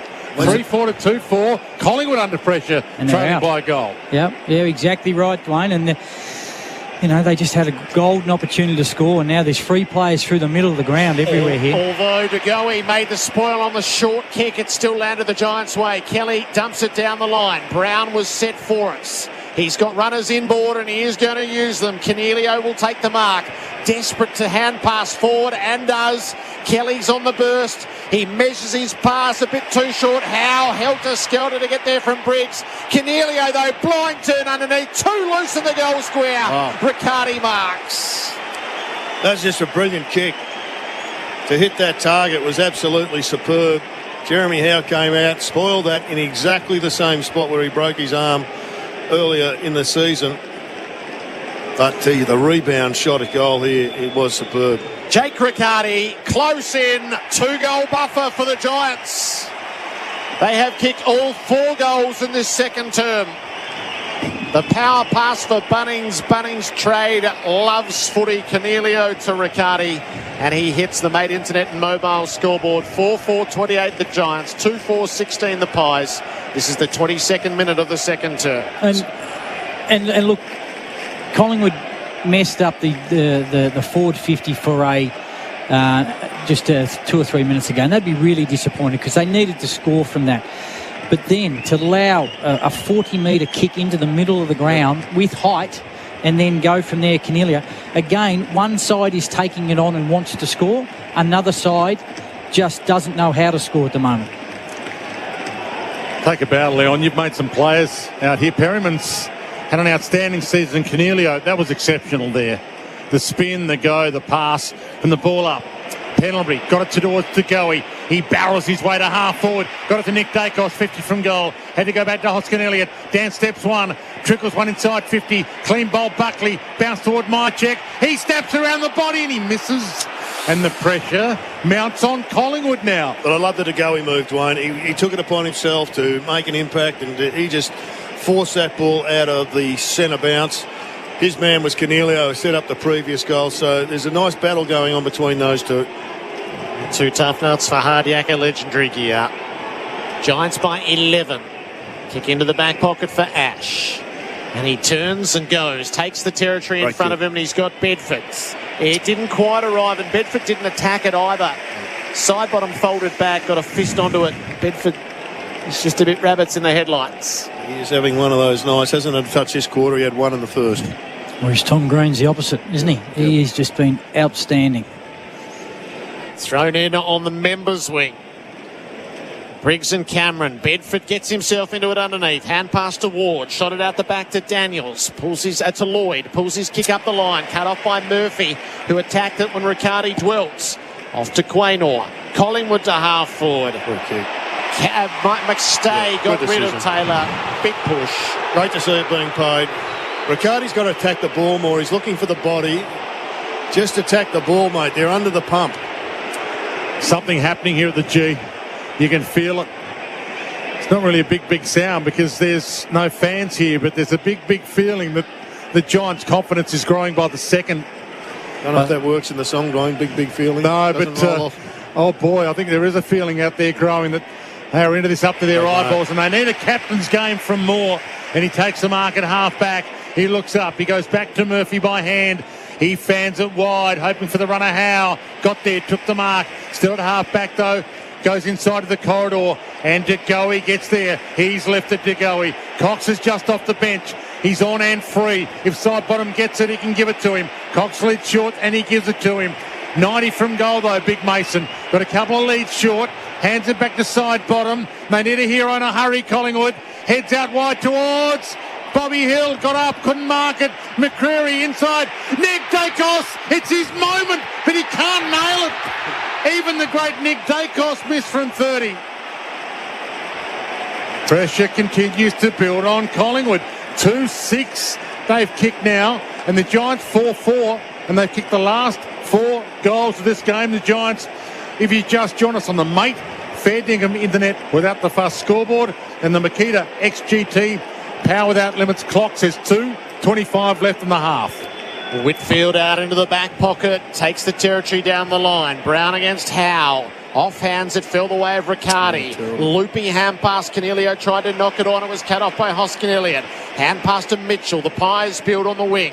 Mitchell and Moore combined, and now the kick comes up to Nick Dacos. Yeah, bad decision that time by Riccardi. It had to go down the line. It was a kick. He was free. Nick Dacos has kicked for Cox, who steadied himself, flew one-handed, couldn't take the mark. Lloyd barreled through underneath. Mitchell was brave. Off to side bottom. Tossed it up. No direction about the kick. And it is out of bounds on the full. I have a feel for the game. The scoreboard, the clock tells you conservatism on those occasions. Don't come back inboard. It was a really poor handball. Nearly cost them a goal. So what do they want to do here? The Giants. They've got the ball. Taylor's hands, back pocket. There's 1.5 minutes left. He goes wide. off hands. Good collect by Callaghan. Handball's great. Got it to Brown. Flicks it over the top. Nice ball movement. Great tackle, though. Riccardi was cut down. And I reckon he's hurt himself. He might have pulled a hamstring. He gets up slowly. Ball comes back, though, to Brown. Gave it to Callaghan. Flings it inside. Got it over the top to Cornelio. Inside kick is delightful on the run. Good gather. Whitfield, he's blasted and blazed away. In fact, it was Tom Green, and he's not happy with himself for that. Huge moment wasted. At the top of the screen, the top of the square, Dwayne. Wasted goal there by the Giants. Oh, he has grabbed his hamstring too, Riccardi, 100%, Dwayne. Yeah, and he's just looking around at the bench, so we'll keep an eye on that. Halloran the sub for the Giants that they needed. Up they fly. Himmelberg half forward. He thumped it to the boundary, and we'll get a ball in with about a minute left in the half. He doesn't know what to do. He should come off the ground, but it's interesting, Dwayne. They went with O'Halloran instead of Nick Haynes. Yes. And Nick Haynes is just the man he needs. He's telling the runner to go away. We'll find out next time he goes near the ball. Yeah, whether he landed on his hip or we'll keep an eye on that from the flick down. Nick Dacos shrugs a tackle. We're inside a minute towards half-time. Digo gets on the end of his handball. Gave it to Mitchell. He's under pressure. Flicks it away. Big hip and shoulder, Tom Green. He put a couple down. Sharon's still there to be won. Himmelberg wins it. Gave it to Buckley. Bends it around. Half forward. Keeps under it. Big Mason Cox with a fist, but he didn't kill it. He knocked it to Ward. He wheels his way past a couple. Bends it around his body to half forward. Toby Green's the 1-on-4. And Moore takes the saving mark. We're down to 30 seconds to half-time. Do they want to take it on here, Collingwood? Inside to Howe. He runs the corridor, but he's at half-back. Has a bounce. Lips the handball wide to Murphy. More seconds tick down. Heads wide towards Quaynor. Ash might get there. Quaynor, Ash. They met at the Sharon. Ball hits the deck on the wing. Mad scramble. Seconds continue to roll. If Bedford picks it up, they can have a roll of the dice here, the Giants. Bedford lays a tackle on Markov. Holds him up. And we'll get a ball up just outside attacking 50 for the Giants with about 3 seconds left. Just going back to that Green kick, Dwayne, it's unbelievable he made that mistake not going to the top of the square. Such an exciting young player. Makes it his right decision almost every time. Ball flung in the air. Cox dumps it to the boundary. Siren. Half-time. This is evolving into a classic. And the Giants have kicked the only 4 goals of the second term. They've kicked 4 goals in a row, the Giants, and they lead at half-time. Collingwood has some thinking to do. Giants 4-4-28 to Collingwood 2-6-18. AFL Nation coming away from a packed MCG for Elders Home Loans and for Tyre Power. Big footy final sale is on. We'll hear from our experts. For local expert, a job well done, Jared Healy and Leon Cameron, very shortly. We'll take you around the grounds as well for Chemist Warehouse and give you an update on what's happening with the Melbourne Storm. But great to have you. In fact, it's 18-4, so the Panthers lead 18 to the Storm 4. We'll take a break, half-time at the MCG, and the Giants lead by 10 points. Another contender for Goal of the Game for Host Plus. Host Plus has been named Super Rating Super Fund of the Year for 2023. That's a plus. Issued by Host Plus Proprietary Limited. Check the PDS and TMD at hostplus.com.au. Brought to the deck, 40 from Collingwood's goal. Crisp at the stoppage, threw it onto the boot, had good direction about it. He wobbled it home. Collingwood have got the first 2, and the fireworks spark atop the grandstand again. That quarter on AFL Nation was for Mate Internet and Mobile. Fair dinkum internet without the fuss. Real people, real products, real fun. No matter who you are, Sexyland has something real sexy for everyone. With Australia's biggest range of sexy costumes, lingerie, couples toys and fun gifts and games for adults. Sexyland. 11 stores in Melbourne and Geelong, open till midnight 7 days a week. Or shop online for 2-hour delivery.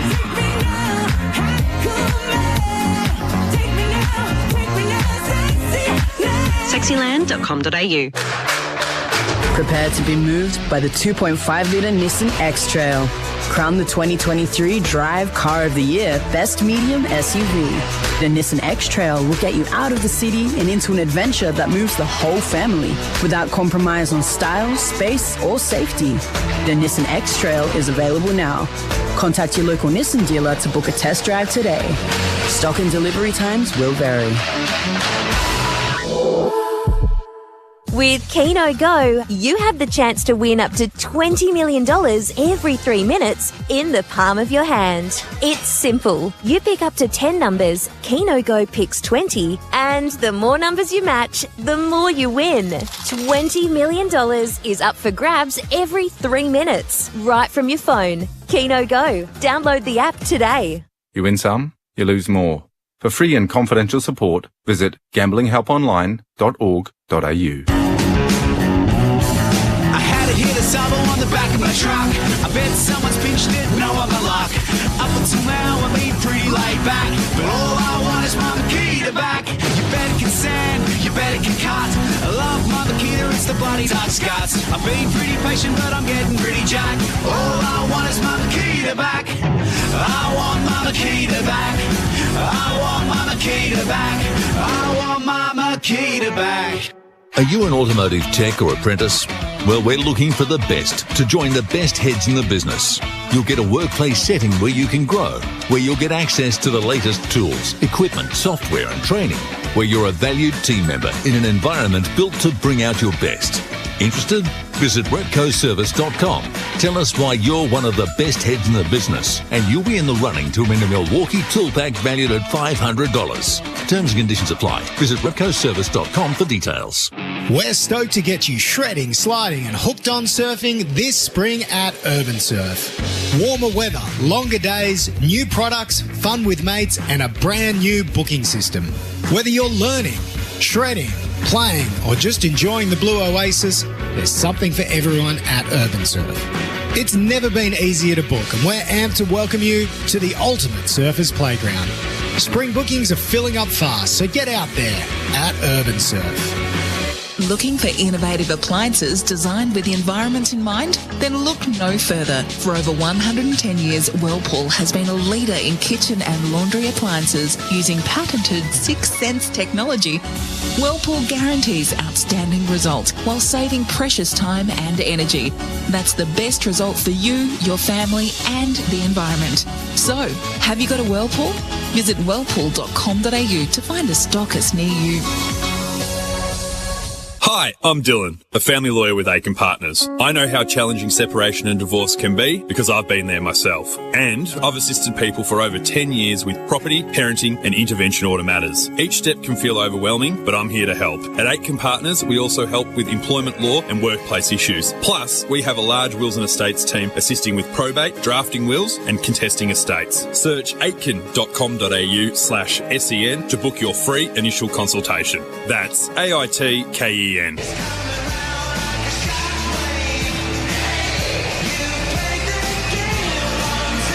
You're listening to the finals on AFL Nation for Elders Real Estate and Tyre Power. Big Footy final sale. Pass to Toby Green on the fly by the skipper. That'll do it. It gets the Giants their first major. Toby inserts himself after Hogan, the power forward, hauled it in to give the Giants the lead. Tom Green from the 50, sent it on its path. Or has it been touched or did it carry? It carried. Tom Green squeaks it home and the Greens have propelled the Orange to the lead. Maccas, I'm loving it moments. The Monopoly game at Maccas is back. Always great to have your company on AFL Nation Footy. We're live from the MCG. Don't forget we're live from the Gabba tomorrow as well for the big game between the Lions and the Blues. But halftime here at the MCG, and it's the Giants who lead by 10 points. 4-4-28 to Collingwood, 2-16, 2-6-18. And 2-6-18 to 4-4-28 with the Giants kicking the only 4 goals of that second term. They've kicked the last 4 goals of the game. The Giants, the I'm loving it moments they were for the Monopoly game at Macca's, which is back. This is the halftime floor show. Thanks to Choices Flooring. Design, visualise and create your perfect floor with Roomview. The Choices Flooring halftime floor show. Design, visualise and create your perfect floor with Roomview. And we'll start with the stats wrap for Safety Steel Sheds. Safety Steel Sheds designed to save, built to last. Goal scorers, all singles to halftime. Riccardi, McStay, Green, Tom Green, Toby Green, Isaac Cumming and Jack Crisp, the goal scorers to halftime. Stats in general, as we continue the stats wrap for Safety Steel Sheds designed to save, built to last. Tom Green, 17. Jordan De Goey, 17. Lockie Whitfield, 13. Steel side bottom, Scott Pendlebury, Josh Dacos and Nick Dacos, who started on the bench, and Stephen Canelio, all 12 possessions each. Josh Kelly, 10. Jeremy Howe, 10. Toby Green's had it 10 times. Nathan Murphy has had it 9 times. There's a few others with 9 as well. Tom Mitchell, Jack Crisp, Jack Buckley, Callum Brown as well with 9 possessions. Stats for Safety Steels Sheds. The player of the day so far for Whirlpool, your leader in kitchen and laundry appliances, the Brownlow medalist Gerard Healy with that. It's got to be Tom Green, I think. Dwayne just dominated the first half, made one blue late in the match, which could come back to haunt them, but he's a long way in front, I think, as the best player on the ground. He's had 17 possessions, 8 ground ball gets, 9 contested, 3 centre bounce clearances, 4 clearances in total, and he's also kicked a goal. So his man's done okay as well, but he's the number 1 player on the ground for mine. And by the way, the most metres gained, Tom Green is up there. So still side bottom, 368. Tom Green, 355. Next to best, Josh Dacos with 283. The most metres gained for nhvr.gov.au. We all need space to keep you safe. The Australian-made Smart Play. Look for the logo. Be sure it's Aussie. Well, I've got 2 for you, Dwayne. Toby Green involved in both. His centred ball when he won it out in the deep forward pocket and he banged it to the top of the square, and who was it? Perryman, I think, took the mark, went back, kicked the goal, and then also Hogan's handball off to Toby Green. He was 51 metres out. He knew he couldn't kick the distance, but he knew that Toby Green could, so he just laid it off. He kicked a goal. Aussie-made Smart Play, Australian-made support, Aussie-made products. Your unmissable moments for Drinkwise? Choose to Drinkwise. Well, I think the battle between Maynard and Toby Green is going down as a couple of unmissable moments at this stage. We'll give that battle the accolade. Yeah, I like that. The MEGT Rookie of the Day, Need Apprentices talk to MEGT. Really only one contender, Finn Callahan, who's had 8 possessions, but has given them a bit of drive at times. Good. Yeah, let MEGT help you find the best workforce talent in terms of young players with the least amount of games. Finn Callahan has only played 25 of them, of course. Nick Dacos is only in his 2nd season as well, but he's played, well, this is game 46.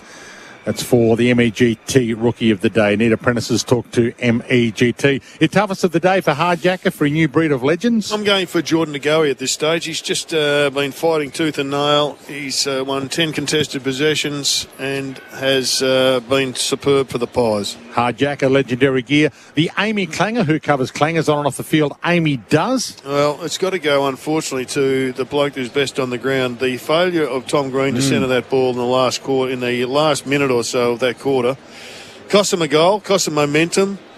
Hasn't cost them the game. That's too big a call, but it was a really bad blunder from such a talented young, good decision maker. Who covers clangers? Amy does. The mark of the day for Flight Setter, your real deal setter. There's been a couple of those, but one man's had his hands on the ball a bit in the last few weeks. I reckon, well, I've got Braden Maynard written down. Okay. Who have you got? That's good. Jesse Hogan took one as well. Jesse was good, yeah. I'll default to you. The mark of the day for Flight Setter, your real deal setter. And your power play rankings for Red Energy. Switch to Red Energy for Red Energy. The rankings would have to be Jordan De Goey. Yep, not surprised there with that amount of contested ball. He's got 77. Jack Crisp, who's started really well but just faded a bit. He's on 67. Taylor has some intercept marks and kicking at 100%. He's also on 60 with Buckley, a bit similar with 100. And Jeremy Howe's on 100. He's he's kicking at 100%, but he's on 56. Power play rankings for Red Energy for 100% Australian electricity and gas. Our major partner is the TAC. Wear a seatbelt, not the consequences. A message from the TAC. The halftime floor show, thanks to Choices Flooring. Design, visualise and create your perfect floor with Roomview. And at the moment, it's the Giants leading by 10 points with a half to play. 4-4-28 to Collingwood 2-6-18. Second half not far away, but if footy is your game, listen up. Telstra and the AFL are teaming up to support local footy clubs across the country, introducing Telstra Footy Country Grants, where from next year, junior and senior AFL clubs nationally can apply for grants to support their footy club from a total funding pool of $2 million in 2024. whether your club needs a new line marking machine or new netting behind the goals or resources for your volunteers, these grants could help give your club a boost. So this is a Code First collaboration to directly bolster the sport we love, thanks to Telstra. So just visit telstra.com/footygrants to find out more. Half-time with the second half to come on AFL Nation for Elders Home Loans and Tyre Power. Their big footy final sale is on now at Tyre Power. Giants at half-time by 10 points.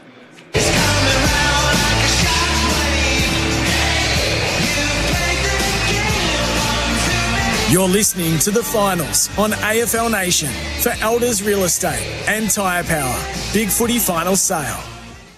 At Barclay Smokehouse, they've been producing best and fairest for years, like their mouth-watering grandmother ham. And Australia's finest since 1950 has won gold again in 2023. Crafted by the legends at Barclay Smokehouse, this brilliant all-Australian delivers delicious flavour the old-fashioned way. It's made by hand in Melbourne with 100% Australian pork and smoked to perfection. Grandmother ham by Barclay Smokehouse. Old-fashioned quality and award-winning flavour. Visit barclay.com.au for more. With Keno Go, you have the chance to win up to $20 million every 3 minutes in the palm of your hand. It's simple. You pick up to 10 numbers, Keno Go picks 20, and the more numbers you match, the more you win. $20 million is up for grabs every 3 minutes, right from your phone. Keno Go. Download the app today. You win some, you lose more.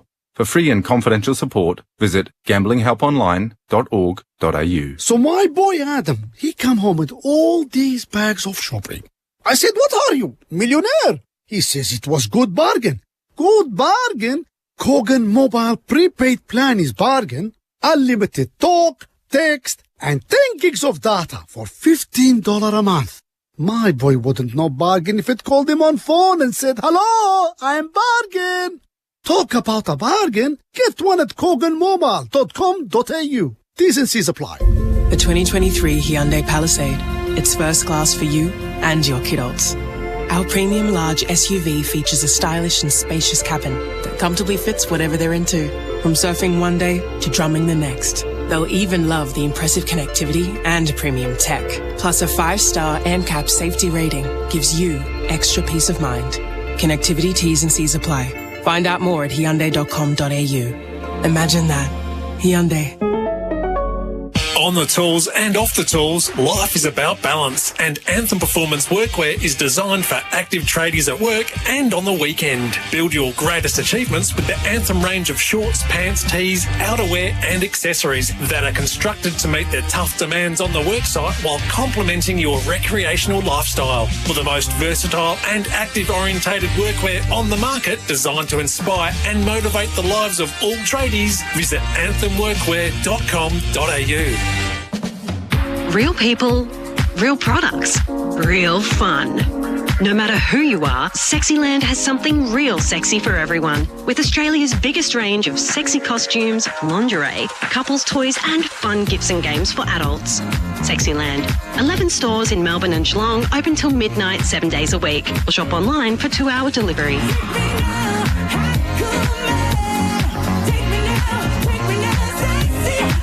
Sexyland.com.au. Get your garage or workspace under control with Racket heavy-duty modular shelving. They make tough storage easy. Just measure out your space, customise the system to suit your needs using Racket's online planner and build tough. Racket. Built easy, built tough. Available at Bunnings Warehouse. Boring kitchen, tired laundry, bland bathroom. Fix the bar with Subway tiles from $29.95 per square metre at Beaumont's. Loads of colours in stock and ready to go.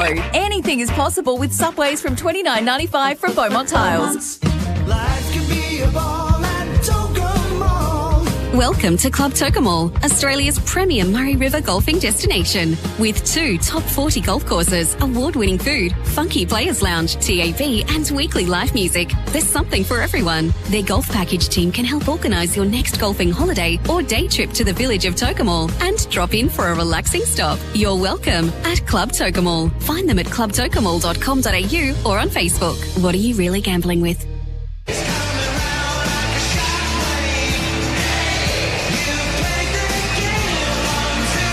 You're listening to the finals on AFL Nation for Elders Real Estate and Tyre Power. Big Footy Finals Sale.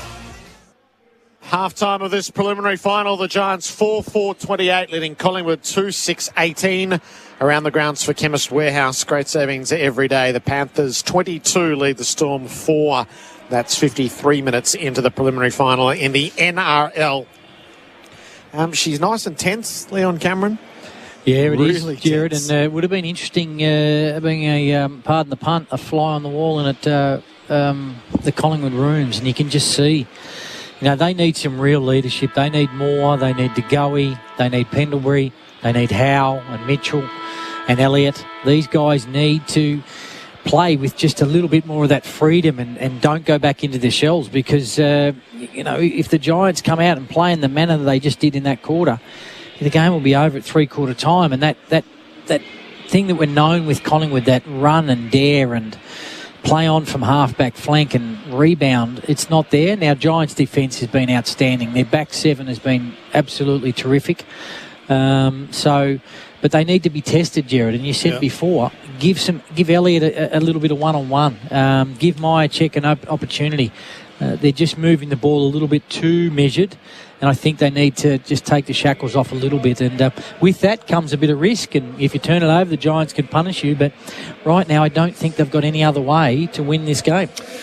They got to get better just at the source as well. They were given a major lesson in contested ball in the first half of that quarter.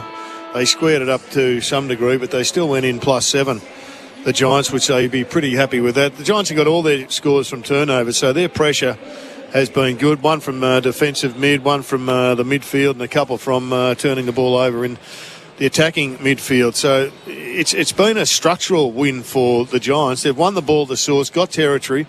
They've also been able to transition, but they've also been able to intercept mark when the ball goes inside that forward 50. Outside of the first 15 minutes, they've looked a little bit lame inside their forward 50, the Pies, so they need to address that, but mainly they need to just start by winning the contest at the stoppage and get the ball forward and start getting some flow into the game, because the Giants have had their measure, particularly stopping the transition game. Really critical error late in the game. Tom Green was the star of the match so far. Bad call to miss that one at the top of the square. They should have gone in another goal in front, but 10 inside 50s with just 4 behinds in the second quarter won't get it done for the Pies in this term. Giants by 10, the McDelivery of the ball, the Monopoly game at Macca's is back. Second half on AFL Nation, you're with Dwayne Russell. Winner into the grand final next week. Loser, season over. From the bounce, Cox got the kick from the middle. Whitfield went off the deck, kicked it back to the middle. Daniels gets on the end of it. He kicks the Giants inside 50. Moore waiting for it. Couldn't take the mark, got a fist on it. Knocked it to the back pocket. Fast train coming. Got there in a hurry. Kicked it out on the full dip coming. And it'll be a Collingwood ball, back pocket. 2-6 plays 4-4. It's the Giants who lead early stages of this third term, which is brought to us by Lifeblood. Donate blood today. Be the lifeblood of footy. Give blood. Looks like Riccardi's okay. He's not down as missing. Now he's come to the bench at the start of the second term now. Long down the line, Myercheck's just a little the worse for wear. And so too Buckley. They're both hobbled out of that. Briggs took the intercept mark, kicked to full forward. No Mark Hogan. Toby Green's the crummer. The dribble kick. Quayle was there. Handball was there to Hogan. That's a horrible decision. It's an awful moment for the captain. Quayle's kick turns over on the way out, coming straight back inside, and Daniels takes the mark. Once again, they cannot get the ball out there. They cannot move the ball at the moment, the Pies. That should have been a goal to Jesse Hogan. He's been burnt twice now. He's had a terrific game, Hogan. Myercheck's in a bit of trouble. He's in the hands of the trainer, but the trainer's given us a thumbs up. But this is a really important shot. Exactly right, Jared. And, they just can't win one-on-ones. And when it goes back out, they're getting smashed on rebound. Brent Daniels works his way to the 50, veers out, unloads right across the face of goal. Keefe against the boundary, can't get his hands to it. It's no score as it bounces out of play. And look, structurally they need to have a look at it, whether that person that's going up as the extra stoppage is working, because it's just coming back with interest. Leon Cameron, Jared Healy, our experts for local expert. A job well done. Toby Green, speaking of jobs well done, kicks a ripper off the ruck contest. He loves the big stage, Toby, and he has risen to it there. And they've kicked 5 goals in a row, the Giants. 5-4 to Collingwood 2-6. Early stages, third term on the lifeblood, be the lifeblood of footy, give blood scoreboard. And that could be a crucial moment for New Farm, Australian through and through. Well, they haven't kicked a goal for a long time now, and this is one of my favourite stats, Leon, hit out to disadvantage. I'm not sure why we give so much credit to advantage hit outs when you see a ruckman go straight up and hit it down the throat of the opposition. Now, Mason Cox wins this clearly, straight to Toby Green. A fantastic shot at goal. Pressure's on right now. It is getting critical. It's only 3 goals, not even 3 goals. But it feels critical. It does. It feels like 5, and all the good players of the Giants are up and running now. Toby's kick 2. It's the Giants by 16. Cox out in front of Pendlebury, tried to knock it on. Ward was having none of it. Hand pass to Cornelio.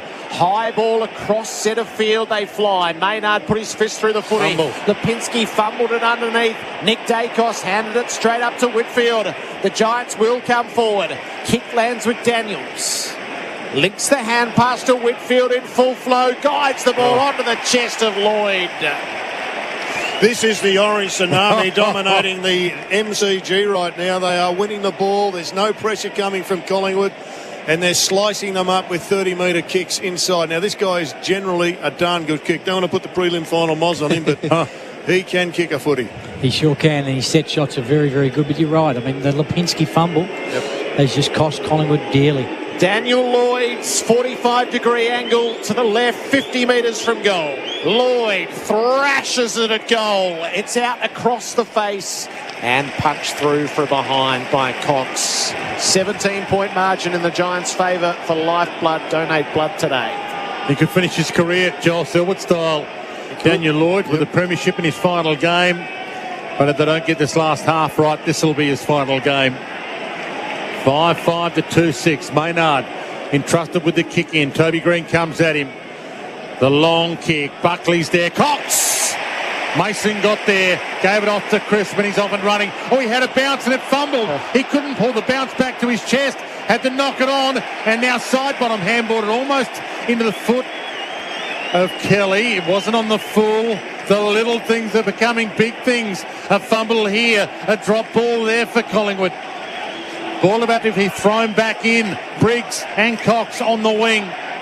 They dance the dance. They wrestle the wrestle. Cox goes down. De Goey gets the ball. Gave it up. Handballed it into Lipinski's forward. Kelly got it. Handball straight to Nick Dacos. He stole it back to Lipinski. To De Goey. A little don't argue on Ash. Gave it back. Crisp. Spear pass. Missed his target. Buckley had it. Lost it. Went to ground. Kelly mops his mess up. Gave it to Ash. The Giants on the run again. To Callaghan. Inside to Big Briggs. Not your run and carry guy. Gave it off to Ash. Inside kick is fantastic. He got it inside enough to Cornelio. He wants to go. Wants to go. Does go. What's he got forward? He goes wider. He goes to Perryman, who's on the wing. He roams. He runs. He ducks back in. Hogan's in the box. Sieg! Hogan! Not quite off hands. Toby Green flings a handball over his head. Murphy on hands and knees. Gave it back to Hogan. He's caught. He's under pressure. He gets it back to Hogan. Goes out wide. Cumming. Danced inside. Little roller. Quainer cuts it off. Back pocket for Collingwood. Hammers it back out, but it might be coming back. Perryman. He's caught by Bobby Hill. Taken to the line and will get a ball in. 80 metres from the Giants' goal.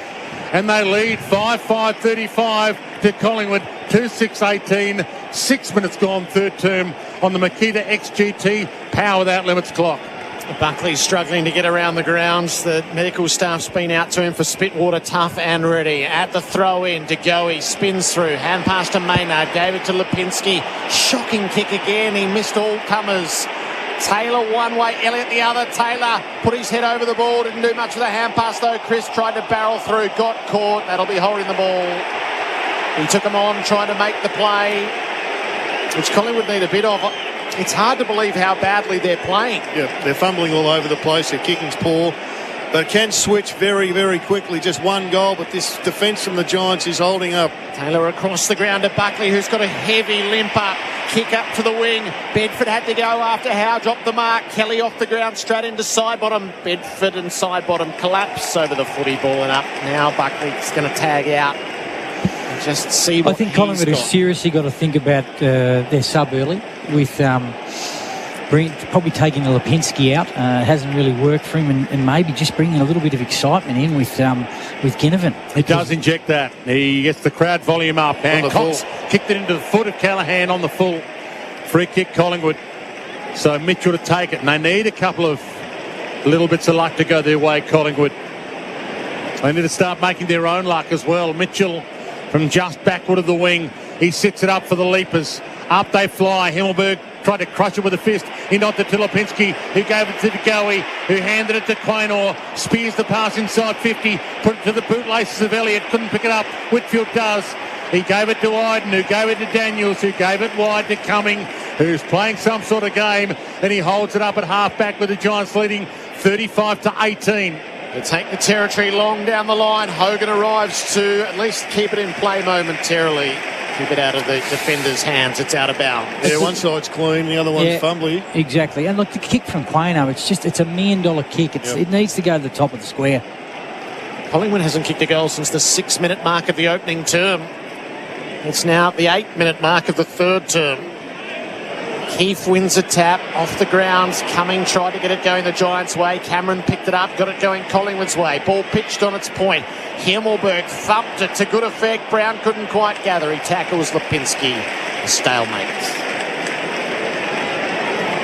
With a push and shove in the aftermath, Brown and Nick Dacos. Can't get it past the half-forward line. They're just getting dominated.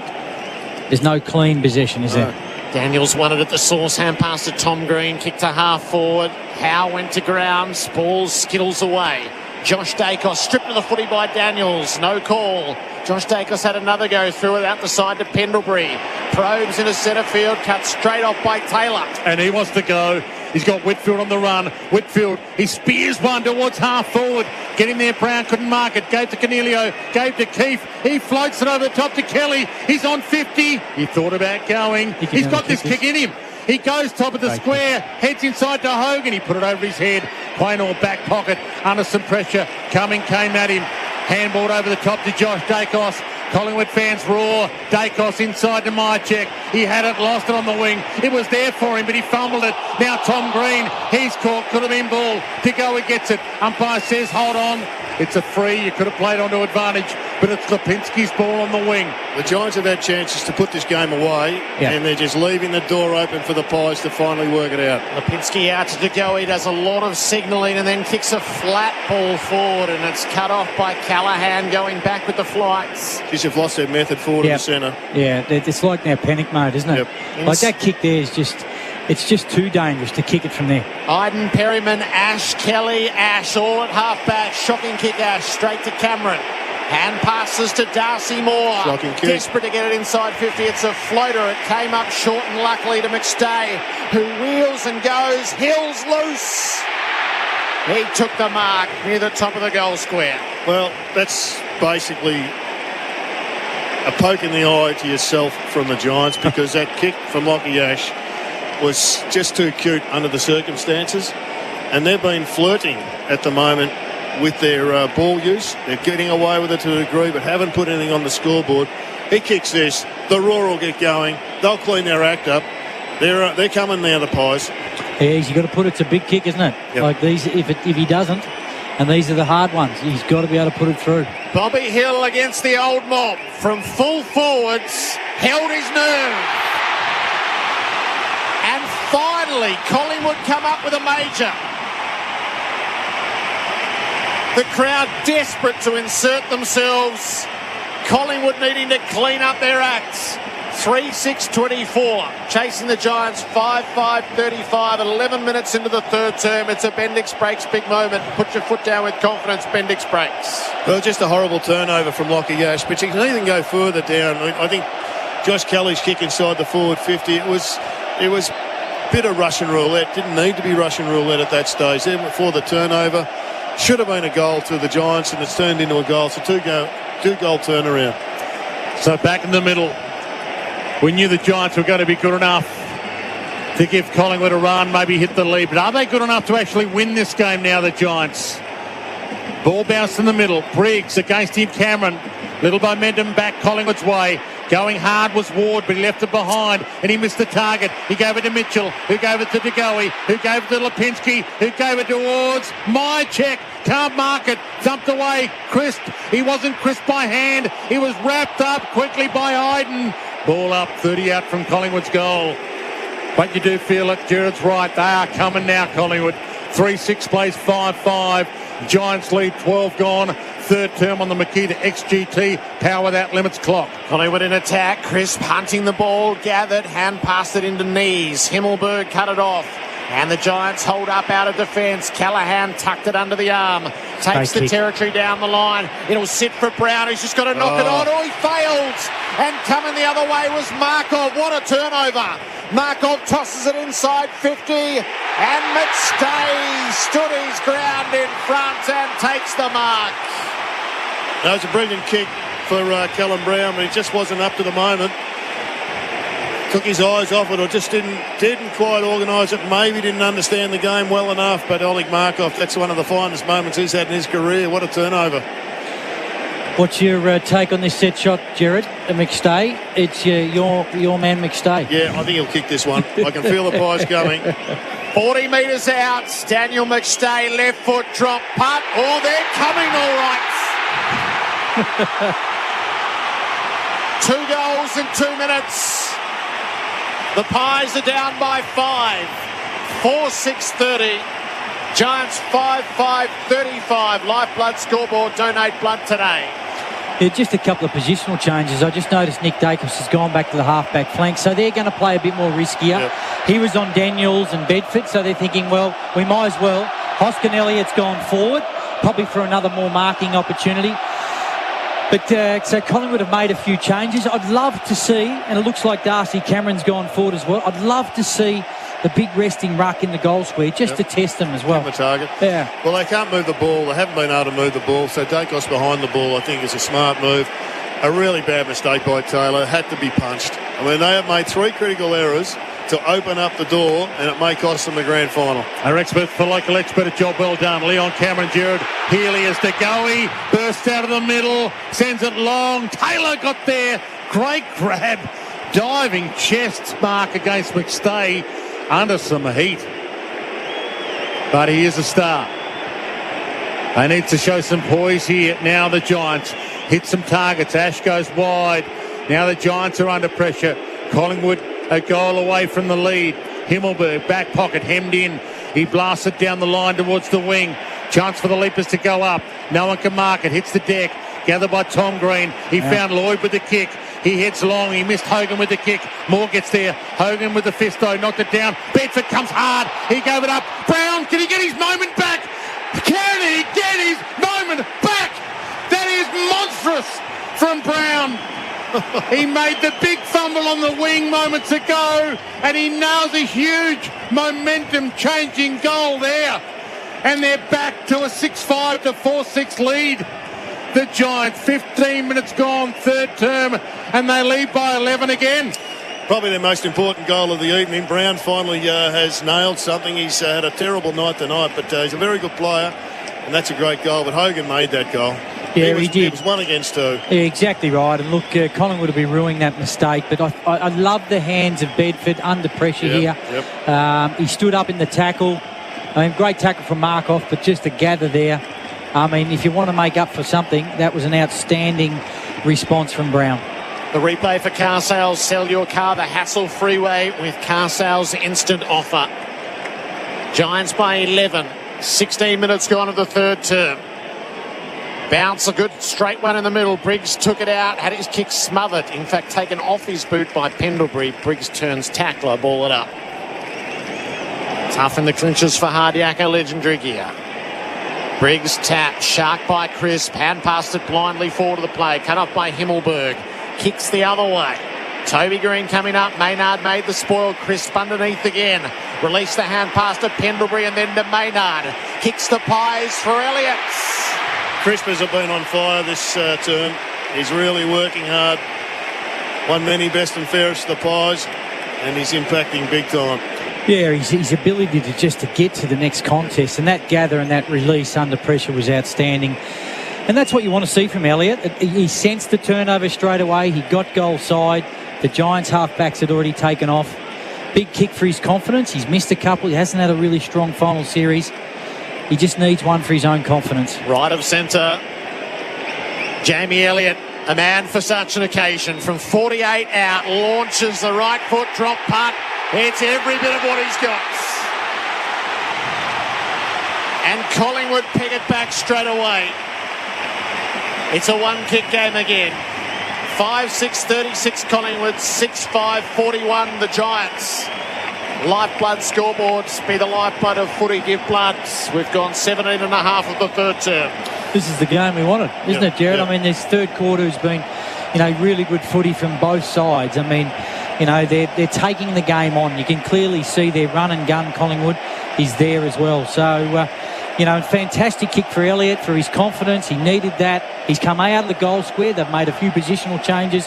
I like what Craig McRae's done. And all of a sudden, that Collingwood army is right behind them. Clearance work now in favour of Collingwood again. So back in the middle, it's Cox and it's Briggs.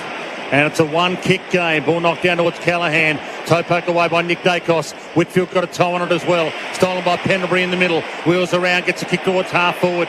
McCreary can't half-volley it. Great collect by Kelly. Kick not so good. Rolled it away to Quaynor. He spears the handball to Crisp. Not such a good handball either. Crisp dropped it, picked up by Kelly. Gave it straight back to side bottom. He wheels around, gets it towards the wing. Crisp gets on the end of it and takes the mark. Will he go? Will he go? He holds it up and shows some poise. 10 and a half gone on the Makita XGT clock, third term, and Collingwood a kick from the lead. It's an aggressive kick alongside the centre square. Presenting was Myercheck, dropped the mark. Elliott underneath, hand pass to Mitchell, off to Nick Dacos, kick smothered by Buckley. They get back in and after it. Buckley beat 2 to it. Callaghan got run down by Elliott. No whistle on the play. They fight in underneath. The players pile up. It'll be a baller. No, it's a good call by the umpire. Absolutely no prior opportunity whatsoever. He was tackled as he received the ball. Kelly's got to sort out his disposal this term. Under the heat, he's just butchered it a couple of times. Ward at the stoppage with the clearing kick for the Giants. Howe gracefully up to take the mark for Flight Centre. He's going for it. He's put the kick off into the middle of the ground. Elliott marks. Hand pass to Pendlebury on the flow. Kick up to full forward. McStay flies. Spoil made. McCreary hit the snap sweetly and propelled Collingwood back to the lead. Make it count, his mum says, and make it count he did. 6-6-42 Collingwood, 6-5-41 the Giants. Lifeblood scoreboard, donate blood today. 4 goals straight there, just wheeling off that half-back line. It's a brilliant kick from Jeremy Howe into the middle, which set up that shot at goal. McCreary with his pace, he got to the fall of the ball, good finish. But they're hard to stop when they get this ball rolling right now. This is a real test for the Giants. You don't win prelim finals easily most of the time. So now they're being challenged, and Collingwood has got the run. Can they wrest it back is the challenge.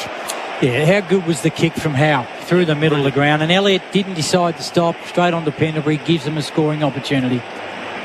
And will fatigue start to pay against the Giants? They've had a tougher run in. Briggs in the middle. He couldn't pick it up, so he kicked it off the deck. He got it towards Brown and half forward. Bedford got on the end of it. He danced past a couple. He's 50 from goal. Gave it to Lloyd. He's 55 from goal. Hammers it long. Goal square. Didn't quite get enough on it. It hit the post. It's a behind, and scores are level. Better centre bounce, wasn't it? Yep. 21 Jared gone. Third term. Here's Jared Healy and Leon Cameron, our expert. For local expert, the job well done. The Giants just needed to steady on that centre bounce. It hasn't been great, but that was a better one. More into the back pocket for Nick Dacos. Kicked on the 45 for Quaynor. Starting to get the 45 better, though, the Pies there. They're hitting more targets. Quaynor, no one stood the mark, so he took the liberties. Long down the line, Myercheck was his target. Buckley in front. Man in front you'd think would be paid. No whistle at all. Himmelberg dumps the kick back to half forward. Awkward bouncing ball. Brown and Quaynor, neither could control it. Out of bounds. I think they'll take the boundary throw in there, the Giants, so we're going to be undermanned. Man in front should have been paid that, Dwayne, you know that. Buckley's mark under the laws of the game. replay for car sales. Sell your car the hassle-free way. At the throw-in, Briggs got rid of Cox, took the footy, shoveled it up inside 50. Quaynor dropped the mark, left it there for Bedford. Oh, he's too severe off the outside of the boot. It breaks the deadlock. The Giants lead with 6 minutes to play in the third term. AFL Nation for Elders, Home Loans and Tyre Power. Big footy final sale. So Nick Dacos back to half-back. He's going to kick in for Collingwood. They've just butchered some opportunities, the Giants. Yeah, absolutely. That just normally go through. And he goes straight down the spine. Aggressive kick, and it works. Howell takes the mark, and he gets up and he goes. He looks up. He's got a couple of runners. He goes wide to Elliott, who's on the wing. Flings it towards Josh Dacos. Got a push in the back. Should have been paid. Wasn't paid. Isn't paid. Ball up. Yeah, it was good defence, though, by Perryman, who came off his man. A couple of them have come off and not hit the contest and let them be exposed out the back, the Giants, but not that time. Unlucky there. He was surfed on, Josh Dacos, but no free. Briggs, Cox, tie up. Ball knocked inside to Lipinski. He wobbles it to half forward. McCready bouncing ball. Gathered by Myercheck. He shrugs to tackle and throws it home. Collingwood back in front. Myercheck. He just keeps delivering. 23 gone third term. And Collingwood lead by 5. 48-43 on the Lifeblood. Donate Blood Today scoreboard. Every time the balls come in quick and there's about a 3v3 inside 50, Collingwood look like scoring. Yep. If it's coming in slow, the Giants defend it really, really well. And look, it was a scrubby kick from Lipinski. He's lifted his game in the last 5 or 6 minutes. But they look so much dangerous. McStay's looks dangerous now. Hill looks dangerous. Myercheck looks dangerous. McQuarrie's hit the scoreboard, and so's Elliott. So all their forwards have had a piece of it. They just need to see if they can maintain this energy and get the ball inside quick. Buckley is hobbled and he got exposed there. Did badly. Spitwater tough and ready. Back in the middle. Cox topples. He fell heavily to go. He ferrets the ball out. Off to Lipinski. Now to Crisp. Clean break from 50. Loads it up. Miss to the right. Would have been a great goal. Crisp is just dragging his club up and across the line at this stage. Him and DeGoey have had a big third term. Still 5 minutes left in the third term on the Makita XGT Power Without Limits clock. Himmelberg, he ran a good measure and more. Heads toward the wing. Brown got there, can't mark it. Hogan crumbs it, goes back to Tom Green, wobbles it towards Toby Green. He left it for Daniels, who went the little knock on, didn't work. Oh, he got lucky there. Kicks around the body to Toby Green. He dropped into a high one and the umpire said no. Handball to side bottom. He was caught by the ear, and umpire said you drop your body level. Hogan gets on the end of it, gave it to Taylor. He's barreled on the kick, got it to half forward. Up flies Bedford, knocked it down to Toby Green. Couldn't get on the end of it. Markov does. Got it to Quaynor. Flings it over the top to Moore. Handball back inside to Markov. Ran to a roadblock. Got a handball out somehow. It's on the wing. Crisp has it. They have him. And we have a game. 49-43. Collingwood lead. 4.5 minutes left in the third on the Makita XGT Power Without Limits clock. At the ball up. Keith wins it down initially. Side bottom first access. Dribbles the kick forward. It works. McStay shoveled it over his shoulder, hoping for McCreary. Himmelberg got a key hand in. Taylor went to ground under the tackle of Lipinski. Ball it up. I'm a big fan of the knock-on, but not if you can take the ball in your hands and handball it accurately. Yep. Flirting, flirtatious. Crisp again at the source, and he breaks clear. Got it onto the left boot. Kicked it. Out the back was Elliott. It just wouldn't fall for him. Buckley, Taylor, right around his laces, pushed it back to Buckley. That's great. And Himmelberg is the outlet, and further on to Kelly. Giants have it outside the 50. Kick favoured Quaynor in flight, though. It's not good enough from Kelly. He's just blasting away under the pump. He's a class player. He's got to start playing that way in this term. Quaynor long. Here's Elliott's moment. He got up. Oh, the crowd went up with him. He didn't bring the mark down. Kelly to Himmelberg to Tom Green. Half-back flank, heads toward the wing. Hogan's got 3 to beat. Quaynor almost pulled the mark down.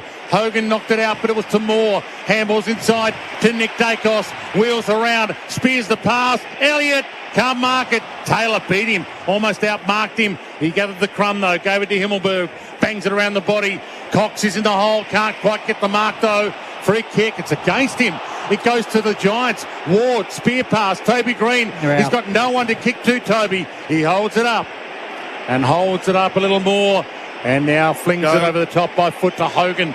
Who does he want? Mrs. Keefe. He's still sitting there. He chips it back, and this time it's Kelly's ball. 50 from goal, up against the boundary. He can kick this, Kelly. Yeah.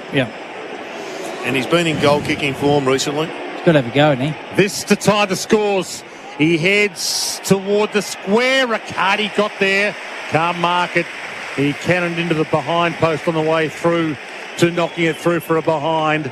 And it's 6-8 to 7-7 as we approach three-quarter time. 2 minutes 35 left. And that score is for Lifeblood. Be the lifeblood of footy, give blood. I think their inside 50 work has been their downfall in this turn. They've had a lot of opportunities, particularly in the first 10 minutes. Yeah, they've wasted that opportunity, and their shots on goal has been disappointing. Nick Dacos pulled the kick boundary side to go. He couldn't get hold of it. Kelly knocks it out of bounds. They were fumbly. They were butchering the ball, Collingwood. They were just giving them an opportunity to put them away, and the Giants weren't able to do it. Now they've got the reverse problem. They've got to arrest this momentum from Collingwood and get themselves back on the board. 2.5 to play in the third term at the throw-in. Ruckman shared it underfoot. Mitchell just scooped it up, but he was being held by one arm. So a free kick paid. Nick Dacos claims the advantage, runs away. Has a bounce, guides, not quite to Lipinski. Taylor came out to disrupt the play. Jagoe, though, was onto it, and he forged the path through. Hand passed a hoping ball toward the 50. Buckley cut it off well. Gives it away to Kelly. He's just hack-kicked again. Has been horrible. Up the line, out of play. No, still in play. It stayed in, did it? Stayed in play. Still in play. It's still in play. So, dead ball. Well, the umpires. No. It landed on the line and bounced back in. The Giants don't know what's going on, so they're out of play. The umpire's calling them up. Because everybody had stopped and no one was anywhere near the vicinity. Why don't you just call play on? So if Dacos had picked up the ball, so they probably would have gone. It would have been ridiculous with the ball just sitting there and no one picking it up. So he's made the choice just to ball it up. So Mitchell gets it towards Mason Cox. Got up big, Mason. Got to go in quick, doesn't he? He does go quick. He goes long. He goes in Elliott's direction. Elliott up. Can't take the mark. Ball knocked down to Lipinski, 40 from goal. Tried to flick it out to Hoskin Elliott. He missed him completely. Cornelio hands it up, puts Ash under the hammer. Ash good enough to get out of it. Gave it to Tom Green. He's kicked it straight up in the air. They're gone. Everything under pressure right now. Jared reckons they're gone. Picked up off hands by Brown. Comes down to half back to make a little bit of They're out here now. assistance. He gave it over the top to Daniels. Spear pass. Toby Green. He knocked it to his own advantage, to his disadvantage. Moore got there, but he knocked it to Keefe. And Keefe hits the post. Give it back to Toby, man. Wow, they are wasting it. And they are panicking now, but that's the essence of it. You can get yourself in a game, but are you good enough to win it in front of 90,000 barracking against you? Maynard long on the way in. Mitchell and Sidebottom combined. Buckley runs enough interference against Cox and gets it to the boundary. When I say they're gone, they just look fatigued in the back half. Taylor looks really tired. Kelly looks really tired. He's just throwing the ball on his boot. They're working through fatigue right now. They got a nice break there, but butchered that one. And they've been the author of their own demise so far. Collingwood by 4 inside the final minute of the third term. Cameron won the tap. Tom Green, though, onto the footy. Hand pass to Kelly. Inside 50. Hogan came out. No mark. Maynard onto the loose footy. Quaynor stripped of the ball. Cornelio sweating on him. Murphy comes the other way. The Giants have got plays around it. Maynard crashed into Toby Green. Pendlebury out to DeGoey. Run down from behind. Had time to get the hand pass away to Mitchell. Kicked it into centre field. Cut off. Himmelberg pushes back for the Giants. Up to Whitfield, inside 50. Bedford dropped the mark. Hogan taken to ground. It spilled out the side. Daniels dragged off it by Mitchell. Desperate tackling. Pendlebury tidies up to Lipinski. Kicks shocking. Straight to Cumming, who kicked equally badly coming forward. Daniels against the boundary. Off to Tom Green. Bad. Well, Kick this to is Howe. ultimate pressure, though. Ultimate pressure. Three-quarter time. Collingwood by 4 points. They turned in a 5-goal to 2 third term to tilt the scales in their favour. 7-7-49 to the Giants, 6-9-45 on the Lifeblood scoreboard. Donate blood today. The thoughts of Jared Healy and Leon Cameron coming up. The subs haven't been used yet. Jack Ginnivan and Xavier O'Halloran for Verback Multimin. Maximise livestock performance when it matters most. AFL Nation for Elders Home Loans and Tyre Power. Big footy final sale. That quarter on AFL Nation was for Lifeblood. Donate blood today.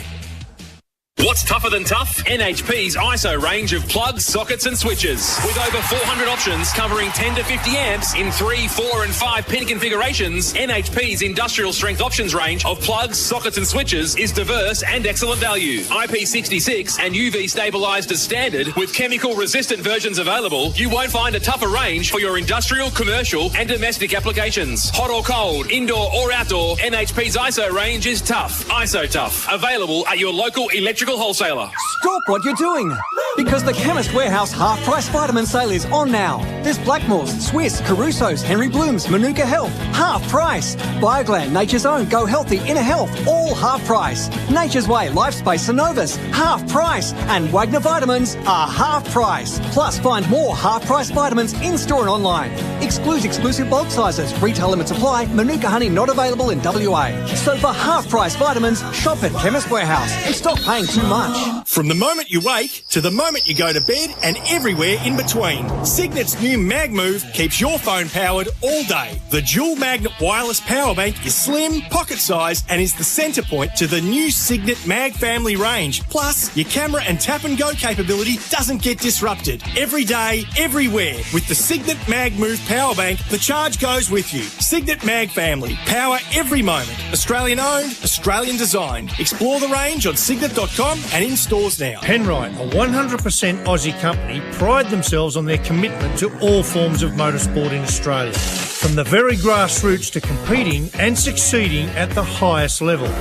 It's always been a big part of their DNA. And this real-world testbed for their products ensures the lubricants and fluids you buy for your vehicle have benefited from the development of being punished in a way that only competition can. Penrite, it competes, you win. Don't miss the $1 Million Cricket Warehouse sale Thursday, Friday, Saturday and Sunday from 10 till 5 p.m. at 75 Cochrane's Road, Moorabbin. Buy direct and save on Kookaburra, Grey Nichols, DSC, SG, New Balance, Asics and more. Save over $500 on top grade senior bats with junior bats from $19, plus up to 70% on helmets, gloves, pads, bags and everything you need for cricket. The $1 Million Cricket Warehouse sale Thursday, Friday, Saturday and Sunday. 75 Cochrane's Road, Moorabbin and online at thecricketsale.com. G'day, Campbell Brown here. I was so lucky to enjoy another unforgettable trip to Mildura recently. Get yourself a houseboat, cruise down the mighty Murray River, play some lawn bowls, or get lost in the maze at Woodsies. You can cast a line, enjoy a campfire, and watch the epic sunset unfold. Whatever you do, make time to take in all the magic Mildura has to offer. Go to visitmildura.com.au, start planning, and find out for yourself. Mildura, unexpected, unforgettable. This time of year is all about winning silverware and visiting Audi Barry Berg. Take advantage of exceptional opportunities on the demonstrator range this month at Audi Barry Berg in Berwick. Visit audibarryberg.com.au. LMCT 7522. Want to build a new home but need to move in now?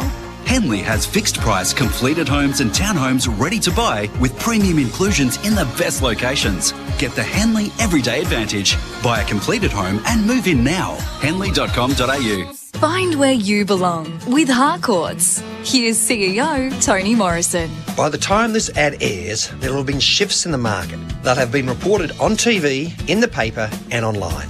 And chances are they'll shift again. At Harcourts, we live and breathe the market and will give you the full story as it happens. Empowering you and getting the best result possible is another reason we've been around for over 130 years. Visit harcourts.com.au and rest assured.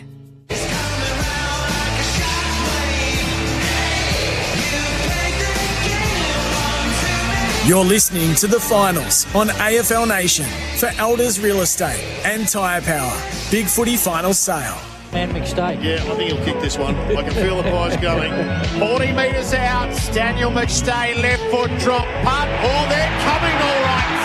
Gathered by Tom Green. He found Lloyd with the kick. He hits long. He missed Hogan with the kick. Moore gets there. Hogan with the fisto. Knocked it down. Bedford comes hard. He gave it up. Brown, can he get his moment back? Can he get his moment back? That is monstrous from Brown. He made the big fumble on the wing moments ago, and he nails a huge momentum-changing goal there. The Giants, 15 minutes gone, third term, and they lead by 11 again. Elliott marks, hand pass to Pendlebury on the flow, kick up to full forward, McStay flies, spoil made, McCreary! Hit the snap sweetly, and propelled Collingwood back to the lead. Macca's. I'm loving it moments. The Monopoly game at Macca's is back. Collingwood by 4 points. Stan McStay's out of the game. He's injured. The body language wasn't great at all from teammates towards him. A lot of sympathy and empathy, but he's out and Ginnivan's in. We're going the distance here, Lou and Cameron, Jared Healy. Yeah, we are. Absolutely anyone's game here. I mean, the Giants had the chance to put it away, as Jared said, in the first 10 minutes of the third, and they've opened the door up, but it's Giants have probably been the best last quarter side though throughout the year. They've won the most, I think. Well, if Collingwood kick this first goal, they're going to be hard to drag back because the Raw will challenge the Blues last week. The delivery of the ball, the Monopoly game at Macca's is back. First place in the grand final up for grabs. It's Collingwood by 4 points, and the first bounce is poor. Callahan is into the centre of the ground. He's on Crisp, and Crisp has been one of the reasons the Pies are back in this. We reset. Tossed up now to start the final term. Cox wins a clean tap out in front of De Goey. Socketed off the turf. Ginnivan's first involvement. Paddled, gathered, hooked it at goal. It wafts out to the right, and with a hand it'll go through for a rushed behind. Collingwood by 5. A good start by the young bloke. Yeah, it was. First ground ball, bang. We know they're good in last quarters, Collingwood, and we know the Giants have had to get here the hard way. A lot of travel, a lot of fatigue. What have they got left? Ash goes wide, and Cox can't take the mark. Ripped away from him by Chris. Gets away. Kicks inside 50. Elliott's under it. Iden with him. Double-handed pat down. Elliott goes to ground. Connor Iden got there, but Whitfield, it wasn't his ball to get, and he went and got it. He gave the handball off to Tom Green, to Kelly, to Cornelio. Still some run off half-back. Hands it back to Iden. Pumps it toward the wing. Up there is Riccardi. Toby Green there as well. Can't mark it. Murphy might claim it. He got the second grab, but he handed it to Callahan. He handed it to Toby Green, who handed it to his man Maynard, who gave it to Murphy. Bangs it back to half forward for Collingwood. Up flies Cameron. Can't mark it. Ball forced towards Bobby Hill. A dance. Elliott gets up. Forward pocket, can't mark it. Hits the deck. De Goey. He bursts out of one tackle. Gets away from another. Gave it to Bobby Hill in the pocket. Short pass to Elliott. Wasn't far enough. Elliott gets the handball back to Bobby. Bobby has a snap. It gets to bounce. It might be the miracle goal. Oh, my God. It's touched through for a behind. Crazy stuff. 51 plays 45. Collingwood lead 7-9 to 6-9. And we've played a couple of minutes into this last quarter on the Makita XGT Power Without Limits clock. Ash marks the kick in, links it up to Whitfield, who sent it his way in the first place. Shocking kick. He had 4 Pies against 1 Giant. He gave it up to Pendlebury. Pendlebury has a look to full forward. He's kicked it up high for Myercheck. Planted in front. Couldn't quite take the mark. Tom Green underneath. Needed something going by. Ended up bullocking his way out himself. Hand pass to Perryman. Hits the kick on the way up to Cumming. And Hogan down under the broadcast position will take the mark. We didn't give the hand pass to Bedford. So he holds up. Lateral with the kick to Whitfield. Dabs it forward of the mark. Callahan's the next link. Whitfield meandered round the back. Kicks inside 50. Moore just kicked it straight to Darcy Moore. You don't want to be doing that in the final term. Coming off the left foot, it just didn't make any sense, even the handball. I mean, if you're going to kick it 30 metres short, fine. Well, the bloke who can kick it is not under pressure. So Moore back towards the wing. Cameron's there. He had the muscle and the know-how to get rid of Whitfield and take the mark. Collingwood lead by a goal. Chip kick inside to Pendlebury. Is another grand final coming up for their all-time great. Short pass Pendlebury to De Goey, who's fired tonight.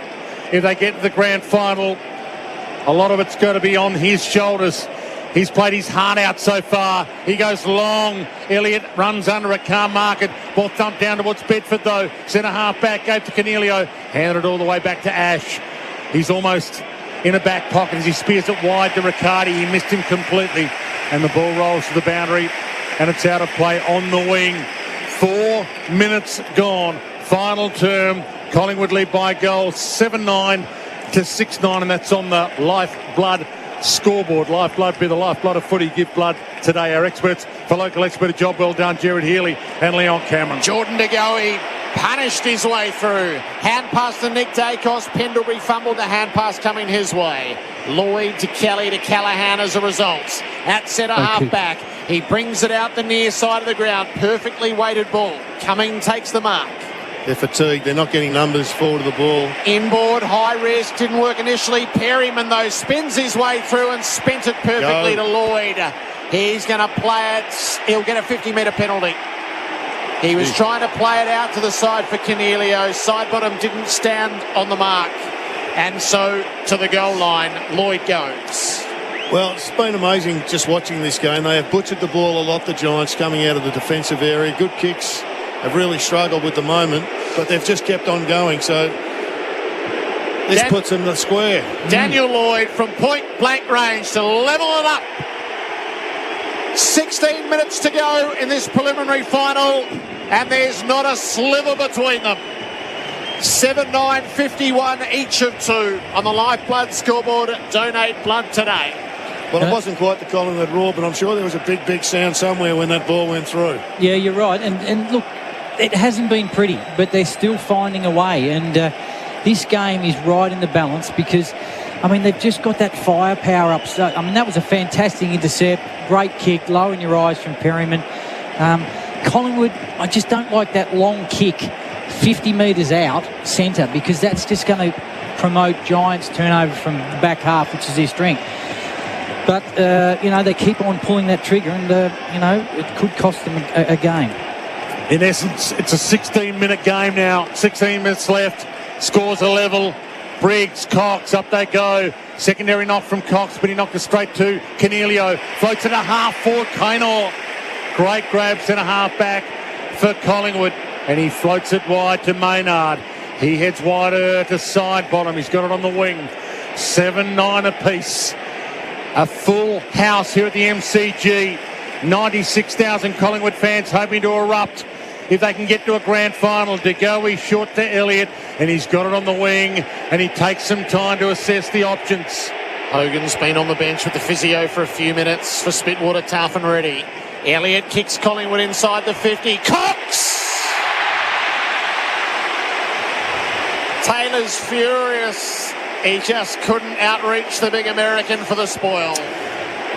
Well, once again, I think the Pies have done it well, but the Giants have allowed them to do the 15, 20-metre kick, to transition the ball to a point where they can get it up to Cox. And he's a terrific kick, this bloke, under the heat. You'd expect this to go through. Got the distance, no, I think he's got the distance. Yep.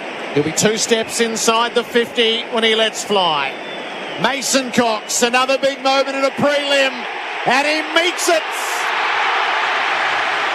And then he goes straight at Taylor in that brash, arrogant manner.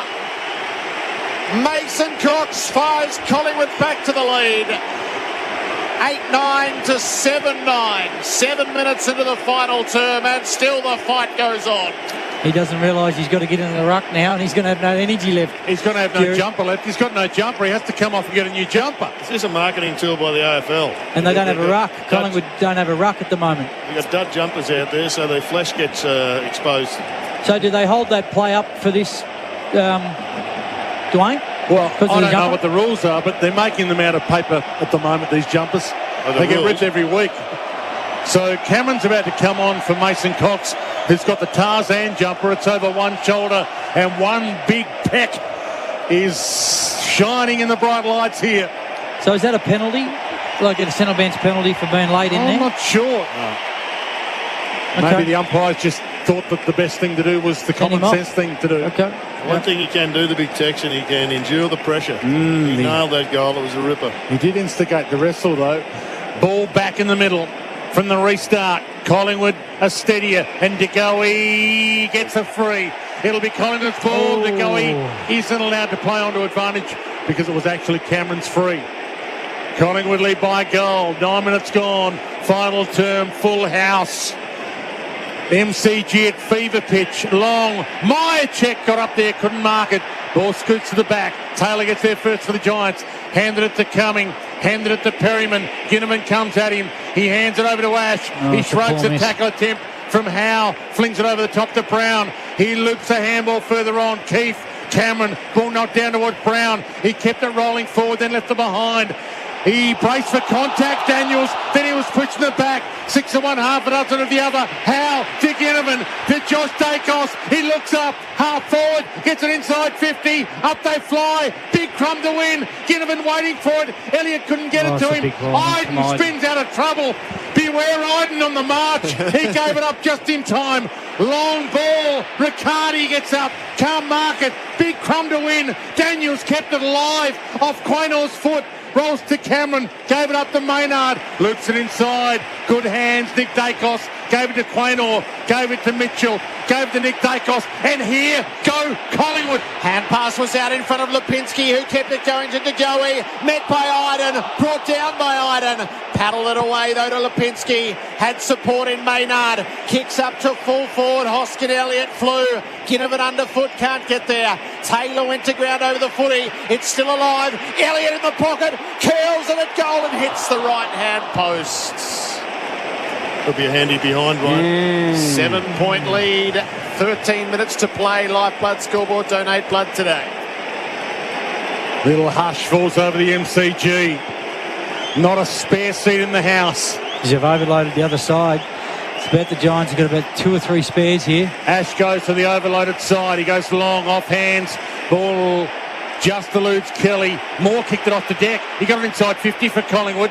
Ball alive. Ash gets it on the rebound. Gave it to Whitfield. Short pass is good. He found Lloyd.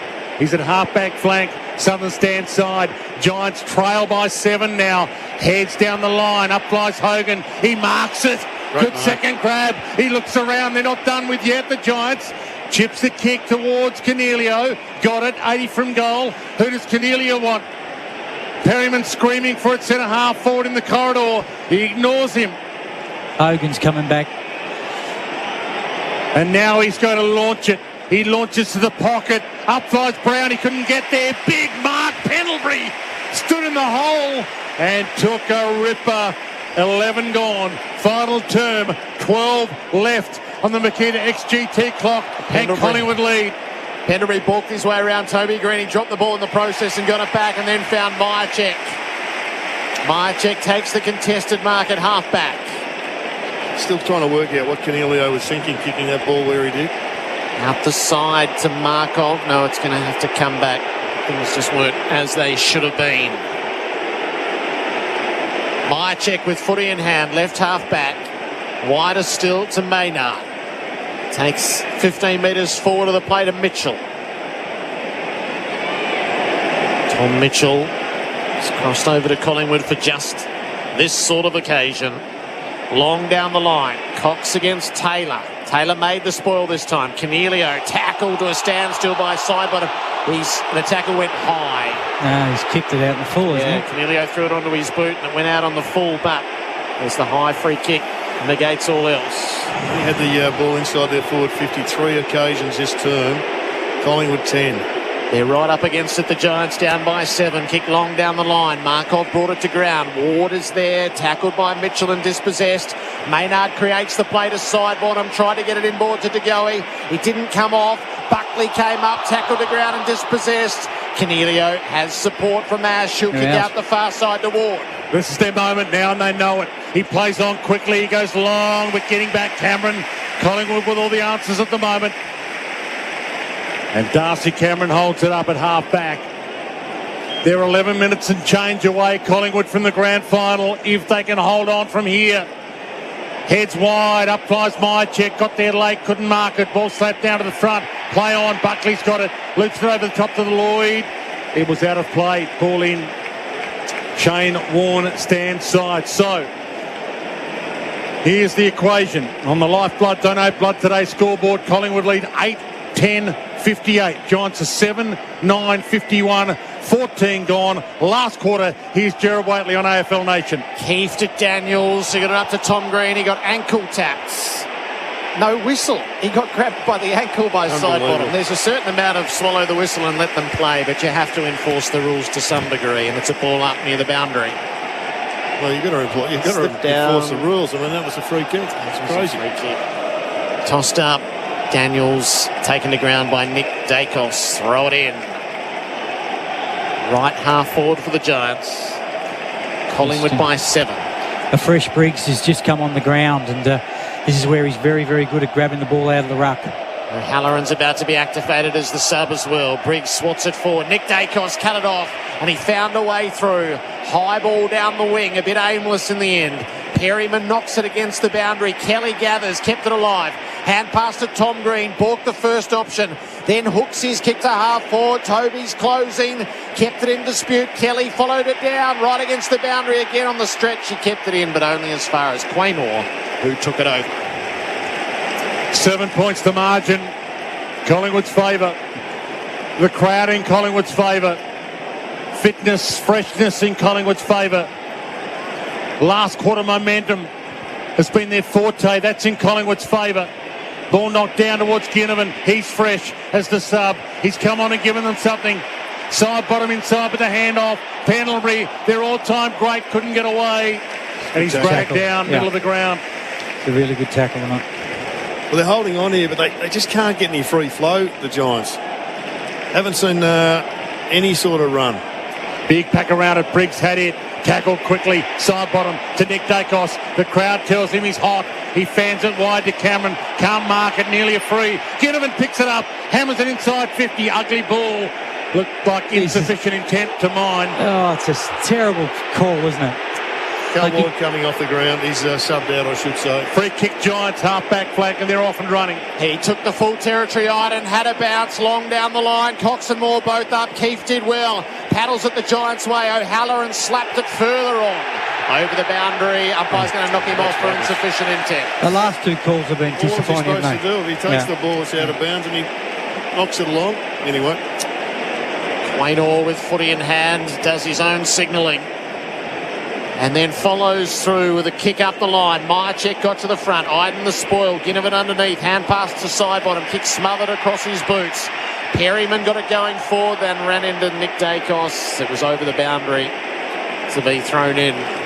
Ginnivan looks handy. He looks lively, dangerous. doesn't he? He looks dangerous, and there could be a moment for him in this last 7 or 8 minutes. Cox and Briggs, centre wing on the worn side of the ground. Cox knocked it down. Daniels got knocked off the footy. Ginnivan slid in initially. Mitchell had a go. Ginnivan's trying just to work out whether to feed it out or not, or hold it up. De Goey lends a hand to earn the ball up. 8.5 to go. Collingwood by 7. So Daniels has gone up and Quain has dropped, trying to get a little bit of momentum around the stoppage. Sidebottom bangs it inside 50 for Collingwood. Taylor there knocked it down. Iden's got it. This has been good, Iden, hasn't he? He gets his own handball after a bounce on the deck. Heads toward the wing. Lloyd's there. Can't take the mark. Off hands. O'Halloran, the sub's now on. Gets a kick inside into the corridor. Daniels gets there. He was pushed in the back as he tried to kick it to Lloyd. Just out past Lloyd's hand. He can't get it. Ball in. 60 from the Giants' goal. Coming off. Bedford coming on. Trying to get fresh legs on the Giants. But they trail by 7 points. 97,665 in the house. Amazing atmosphere, and it comes down to this. Collingwood by 7 points, 8 minutes left. Kelly at the stoppage wins the tough ball against the boundary to Daniels, kicks to the hot spot. Brown is closing. Quaynor got there, brought it to ground in front. Pendlebury, sleight of hand to Maynard, kicks down the wing. Taylor was set, he flew, he dropped the mark. Iden took him on, got taken high. The tackle was high. The umpire's not calling anything. There's 4 umpires. Are they umpiring as a team? This is rubbish. It's been going all year. It really is no good. You've got to pay the free kick. It's just a straight-up high tackle. The umpire should have seen that. The other umpire, and he refused to overrule. All four his of mate. them would have seen that. Yeah. Briggs off to Tom Green, Bedford and Kelly. Kicks the Giants inside 50. Murphy paddled to the boundary. Toby Green won't be able to get there. It is out of play. One thing you can just see the Giants, the last 4 stoppages, they've sent someone up and they're getting some traction from it. Really good, getting some traction. Daniels is spare. It's a big choice to what Collingwood do. Quayne is sitting off him at the moment and Daniels is a spare. 7.7 minutes, that's the equation. Collingwood lead. Mitchell's got it at half back. Heads toward the wing. Taylor's there. Can't mark it. Crumbs it. Hands it straight to Myercheck though on the wing. Little shrug off. Tried to keep it alive but turned it over. And now the Giants have a chance. Buckley, he gets the kick to Daniels. Spins inside the tiny dancer. Got it to Briggs. 60 from goal. Hands it back up. Ash. Short pass. Bullet pass to Hogan. Hogan 40 out. Directly out. And his kick can make it a 1-point game with 6 minutes left. I just get the feeling the Giants are the ones that are running on top of the ground the last 3 or 4 minutes.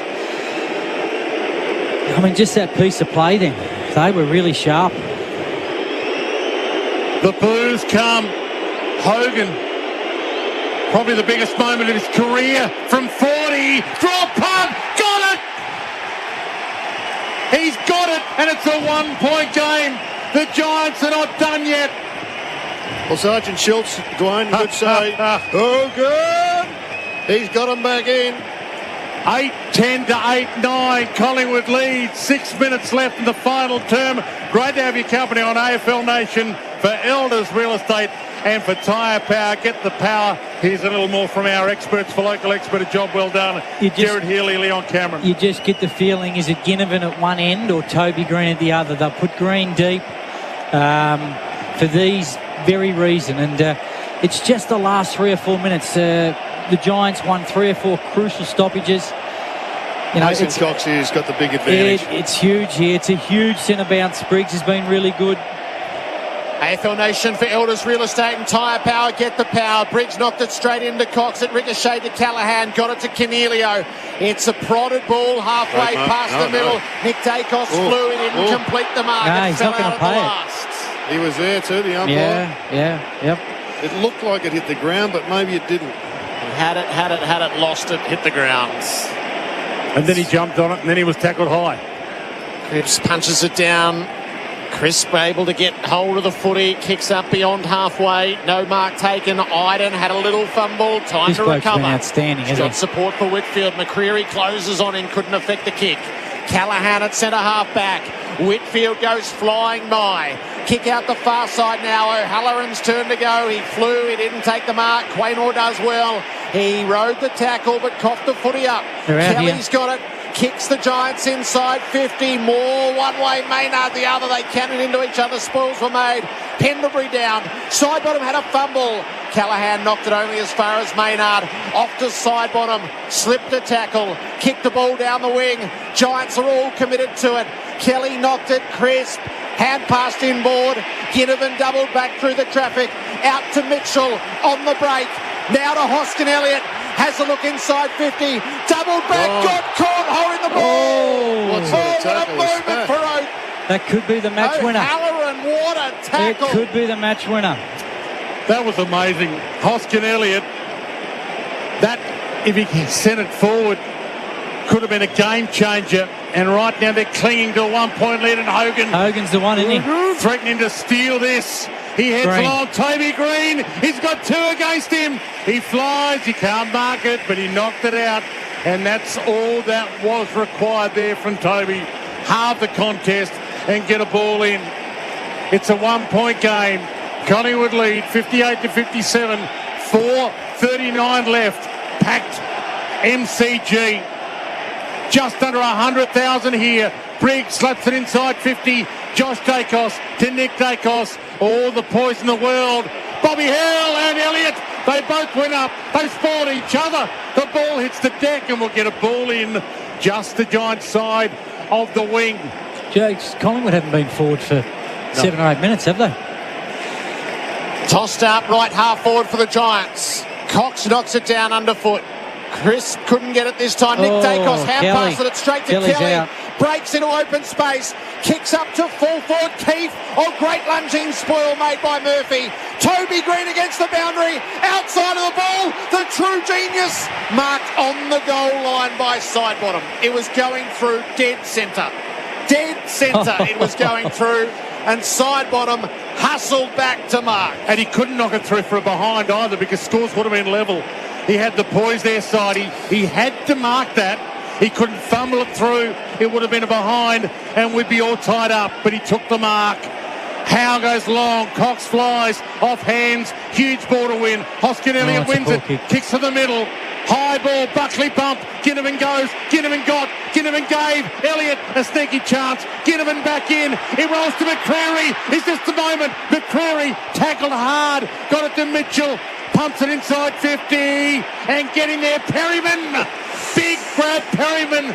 And the Giants are still alive. They trail by a point. There's 3 minutes left. Collingwood lead 58 to 57. Sweaty palms time. O'Halloran was the target on the way out. He's got the glove on. Kick for Toby. He shouldn't have. He had 3 against him. McCarty was out, wasn't he? Cameron across the front to take the mark. Cameron plays it wide out to Howe. Howe takes the territory up the line. Josh Dacos made the running. Inside the final 3 minutes. Inboard with a kick to Mitchell. Collingwood steady with the build-up. Sideways to Pendlebury. Nobody on the mark. Nobody in front of him. Umpire yet to call play on. Now he does. So Pendlebury lays it out to the side for Nick Dacos. It's soaking seconds off the clock. Collingwood lead by a point. To go, he's pacing around on the bench, desperate to get back on the field. Nick Dacos makes the incision inside 50. No mark. Perryman's hand pass. O'Halloran worked it in close confines. Callaghan against the boundary needs Kelly. Mitchell beating to it. Hand pass to Nick Dacos. Collingwood go forward. Hills in the middle. Couldn't mark. Against the boundary. Cannons into bodies. Myercheck dispossessed. Iden's onto it. They're all onto him. Pull it up. Collingwood left forward pocket. Leading by a point. Inside the final 2 minutes. Jared, would you put a number behind the footy right now? 2 minutes to go. Probably, yep. Collingwood 2 minutes away from a grand final, but the Giants get the clearance. Kelly. Callaghan. Little bounce pass. Gets it back to Callaghan. Keeps it alive. O'Halloran. Half-back flank. He knows he has to keep it alive. He knocked it to Toby Green. Couldn't get away with it. Big toe, little Toby. He fights in, though. He keeps it in the area. He's over it, and it's a ball up. You have to, don't you? They've got one behind there now. They got 2, and they got 3, in fact. There's 1:30 left. There's 90 seconds left. Collingwood lead by a point. They're 90 seconds away from a grand final. From the scramble. Kicked off the deck by Crisp. He got it towards attacking 50, and we'll get a ball in. 50 from Collingwood's goal. Edge of the seat stuff. This arena is absolutely Himmelberg's rocking. gone forward. Yeah. Himmelberg's gone forward. Arena is rocking. Listen to that. They've turned the volume up to 11. Pendlebury bangs it inside 50. A mark, and it's all over. It's high. Taylor can't take the mark. Giants have the numbers. Gathered by Kelly. Looks inside. They might get a roll of the dice for the steal of all steals. The Giants. Kick into centre field. Moore came up. Ran into Brown. Was happy to absorb the tackle and get the ball up in the middle. You'd have to just put numbers back. Yes, is Adam Kingsley called some of the defenders out. He pulled the goalie to give them structure ahead of the ball. Centre field, ball up, tapped away. Tom Green dragged off the footy. Elliott tried to burrow through, ran into the tackle, ball it up. 1 minute to go. They still haven't got a spare here. Collingwood sign says stop. Got to go back, side bottom. Cameron tapped it down underfoot. They hunt the ball. Callaghan laid a good tackle to stop it right at the source. Can they get the steal of all steals here, the Giants? You get a feeling it's going to happen, Dwayne. Collingwood by a point. We're down to 50 seconds. And it's a centre half forward for the Magpies. And the Magpie chant rings around the MCG. Ball to the middle. Pendlebury goes hard. Lloyd almost into his back. No free kick. Umpire circles. Ball up. Well, they're 45 seconds away from a grand final, Collingwood. So they're going to leave Green spare. So Toby Green spare now. Dacos has got Green. 45 seconds left. Giants need a point for extra time or a goal to win it. Ball comes to side bottom, fumble.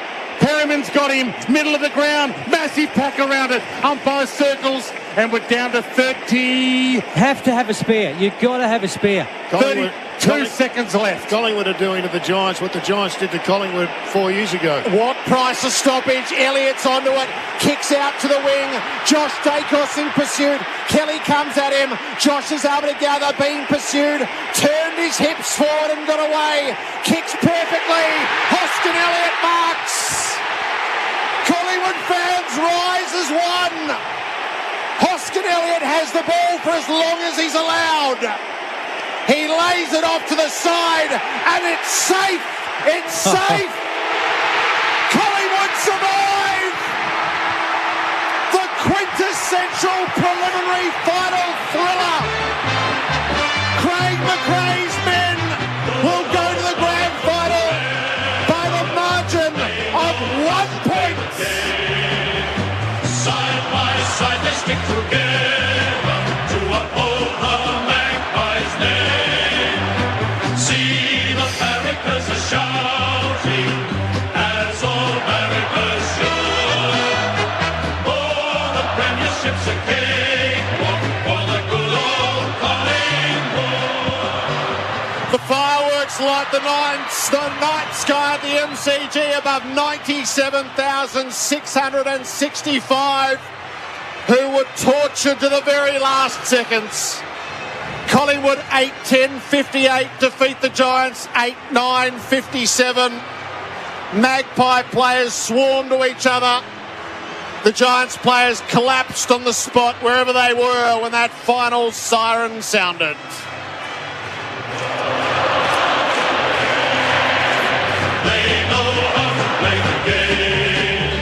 Side by side they stick together to uphold the Magpies' name. See the barricades are shouting as all barricades should. Oh, the premiership's a cakewalk for the good old Collingwood. What a symphony this crowd has been. In the maelstrom of it, a moment between Adam Kingsley and Craig McRae, who had worked together previously on their pathways to senior jobs. And now Craig McRae applauding the crowd, asking for more, pumping his fist as he wanders away, and the embraces continue in the middle. Now between friend and foe. At quarter time it was Collingwood by 11, at half time it was the Giants by 10. At three-quarter time Collingwood by 4, and at the close by 1. 8-10-58 over the Giants, 8-9-57. McStay booted 2 and was subbed out in the last quarter, injured. Elliott, Hill, Crisp, McCreery, Myercheck and Cox 1 apiece. Green booted 2 for the vanquished. That was Toby. Tom kicked 1. Cumming, Hogan, Riccardi, Lloyd and Brown 1 apiece. Well, there's a lot to take in amidst the celebrations for Tobin Brothers Funerals, celebrating lives every day of the year. Leon Cameron and Jared Healy. Well, Jared, what an outstanding prelim, and we were on our edge of our seats here for that last 2 minutes. The ball stuck in the middle of the ground, and I think you called it, Dwayne. Collingwood were doing what we were doing in 2019, just trying not to let the ball out, and the Giants clearly wanted into open space, and that big ball right at the end for Dacos to hit Hoskin Elliott. But what an outstanding effort from Collingwood. They looked gone 5-7 minutes into the third quarter, 16 points down. The Giants didn't take their opportunity. They're going to be sitting back here going, we had that game. We had it in that period of time, but the crowd just got Collingwood back into it, and they made that charge, and they found themselves in the grand final. And it was just an outstanding game by two teams that I think are just going to be heavyweights for the next 4 or 5 years. Yeah, it's a fair assessment. I reckon they're not going away, either of these two teams, and they'll learn a fair bit from their loss to Giants. But it was just gladiatorial. I mean, there's only been 8 goals kicked, but it feels like there's been a hell of a lot more, because the ball's just been moving from end to end. But the defences were both on top, particularly Connor Ryden. I think he was just unbelievable for the Giants. And at the other end of the ground, Isaac Quainer, he took a couple of unbelievable marks. when it really counted. But through the middle of the ground, it was just contest after contest after contest. I mean, there was a lot of mistakes, as you'd expect, but because it was so high pressure. But there was just a couple of incidents. I mean, Toby Green's ball, it lands on the line. I mean, it's just such a fine line between agony and ecstasy. Well, side bottom fumbles that through. It's a behind. We've got extra time. We're going extra time, and you're not getting home till 12, Jared. Well, I wouldn't mind calling 5 periods of extra time in this kind of game. You'd stay here till Tuesday if it took that long to get it done. How good was it? Yeah, exactly right. And look, it's funny how things play out. I mean, they've played an epic prelim final in 19 and 23. A point or two the difference. It's a great effort from the Giants from what they've done. They've come from 16th and outstanding. It's bittersweet at the moment. But Collingwood reign supreme, and, they deserve their spot in the grand final. They've been the best side all year, and now we wait for tomorrow night to see who takes them on. I thought Tom Mitchell had an amazing last quarter, as did Nick Dacos and Braden Maynard. They just stood pretty tall when the going was pretty rugged. You just got great admiration for every player out there. The level of energy expenditure, they were in fatigue from midway through the third quarter, and they just kept working and busted their guts. It was incredible. Yeah. And look, you feel for the Giants. It's they're absorbing the disappointment, but this crowd of 97,000 was just rocking the place, and they're going to take this all in. They're going to be really disappointed, but and Collingwood, it's just stark, isn't it? Yeah, one side's just up and about, cuddling everyone, high fives, and another side is just probably saying, what if? 10 inside 50s. Just didn't really go in enough in the last quarter of the Giants. The Pies had 16, but they just kicked one goal through. It was just a scrap, and it was hard work. There's Phil Davis out on the ground. He's been one of the greats of the Giants, giving a hug to Buckley, who has had a fantastic season. He's in tears. Toby Green walking off. It's all over for them, but they've had an incredible season. Yeah, and you're right. And this is exactly what happened to Collingwood last year up at the SCG. And, they've got to gather their thoughts over the next week or so, be very, very proud of their efforts. What they've done in the back half of the year was just outstanding. They made that run. Their finals performance has been first class, and you just get the feeling that they're going to be around for the next 4 or 5 years with the list they're building. But back to Collingwood, I mean, what a story. I mean, Craig McRae's second year. He's taken to a grand final.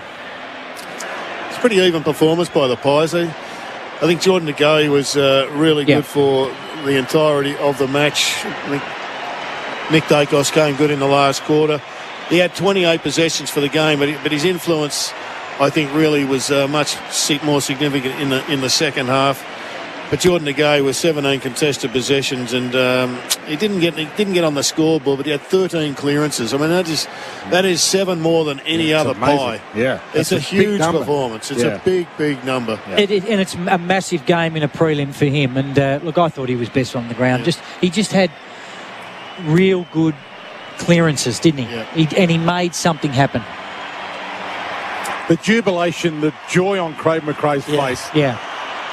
Try and encapsulate that in words, Jared, because I'm not sure if I've seen that kind of joy and jubilation ever. I mean, the coach to go out there, there's a grand final to be played next week, but he's savouring the moment so much.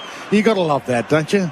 Yeah, you're right, Dwayne. And sometimes, when you're coaching, you're in the moment, and you move on to next week because you don't want to show everyone, the job's not done yet.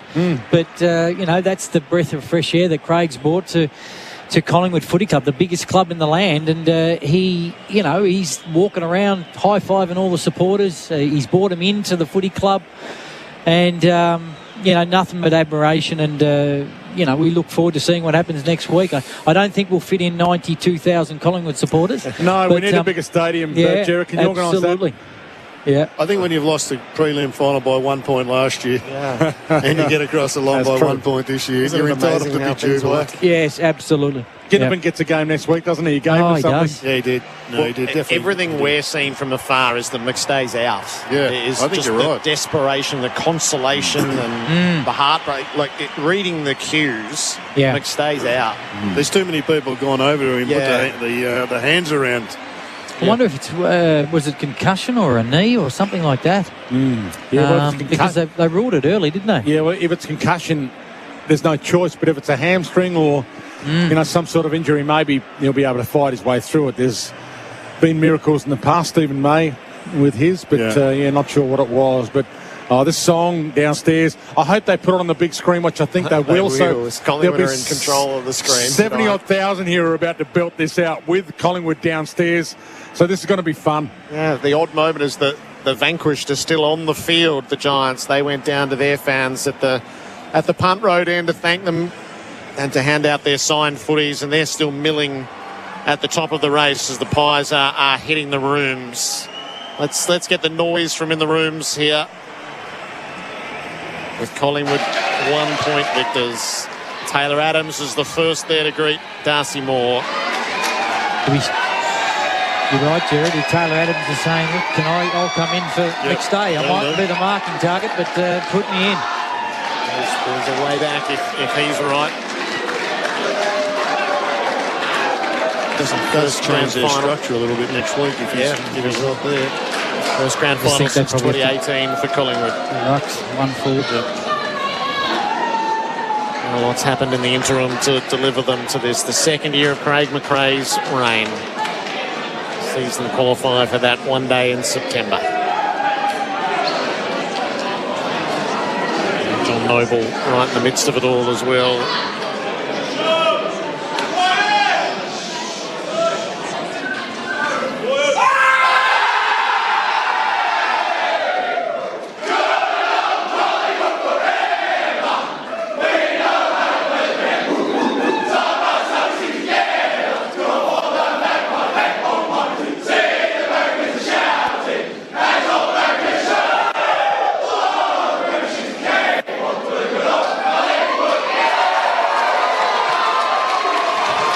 Amazing, isn't it? Yeah. Just the crowd joins in to the song. It's just... It brings a tear to your eye, doesn't it? The footy can bring so much joy to so many human beings. Yep.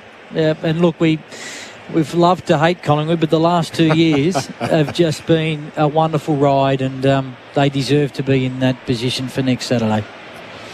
Beautiful symmetry between crowd and the terraces, tens of thousands of them, and the team down underneath in the rooms sharing that victorious song. And probably the image you'll see more often is Jordan De Goey, who was on the bench when the final siren rang, and he took off like Usain Bolt. Did he? I missed that. He beelined straight to the middle of the ground to hug Quain Orr and the likes. It was just an eruption of emotion down on the Collingwood bench. And we're about to savour all of that in the rooms. AFL Nation is for Elders Real Estate and for Tyre Power. Get the power. 97,665 have seen it. Collingwood 8-10-58 over the Giants 8-9-57. The Giants kicked 2-1 in the final term, but was still 1 point the wrong side of it when the siren sounded.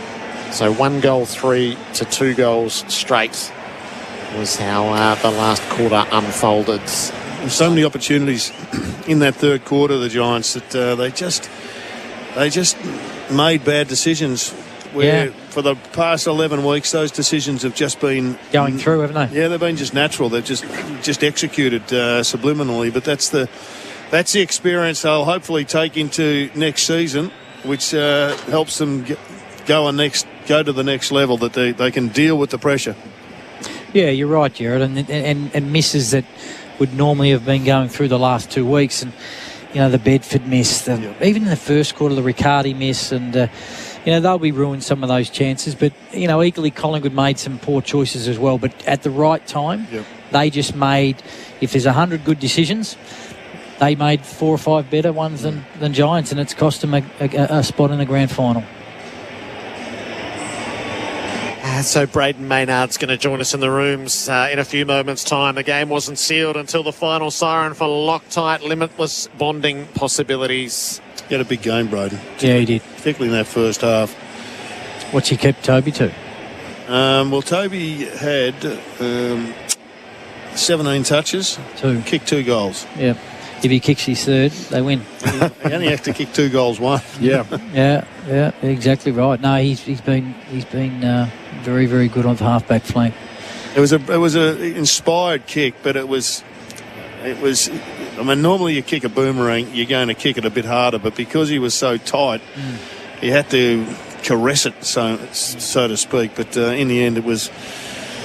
I mean, it was a piece of magic, but just not quite magic enough. Yeah, exactly right. And he was very close. And Dwayne, as you mentioned, if he takes it over, we're still sitting here commentating, aren't we? Yeah. And some blokes had major moments, though. I mean, patches in the game. I thought Jack Crisp had a couple of 10-minute patches where he was just a dominant force. You look at his numbers, he's only had 4 in the last quarter, but in the third quarter, I think he was the one who just... He instigated the move. He just instigated them. He just seemed to drive them. Pendlebury had some big moments. He had a couple of just deft touches with his hands. One only went half a metre and just laid it off. I remember you calling it, Jared, and it was just pure skill and pure dexterity under the most enormous of pressures. But I can't get away from the number, 13 clearances. 13 clearances to Jordan De Goey. It is a huge number. I mean, Sidey's had 7 off a wing. The best for the Giants is Tom Green, who had 6, and I suspect he probably had most of those in the first half, but clearances in the first half, he had 3, so it was 3 and 3. But 17, that is just an amazing number. Sorry, 13 is an amazing number. Yeah, and he played with that speed and power, didn't he? Yep. Every time he did clear the ball, there was something happening, and I think that's the best I've seen Jordan De Goey play in a final. So he's had 3 in the first half to go. He's had 10 clearances in the second half. When the game was on the line, that's an amazing effort.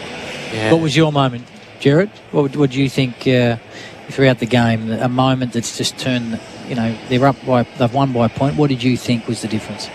Well, there's a couple in the vanquish. The moment that most appeals to me was O'Halloran's tackle on Hoskin Elliott, as Hoskin Elliott was going to double bluff him, go straight through, and Collingwood would then kick the winner. Yep. And O'Halloran, who is fresh into the contest, sticks the tackle, stopped them in his tracks, wins holding the ball, and that's actually what gives the Giants the chance to peg their way back and why they're there at the final desperate moment. So that's sort of the one that is most vivid. Yep. And yet it didn't lead to victory. And yeah, I mean, Toby Green's kick is... we haven't seen the replay from the posts yet.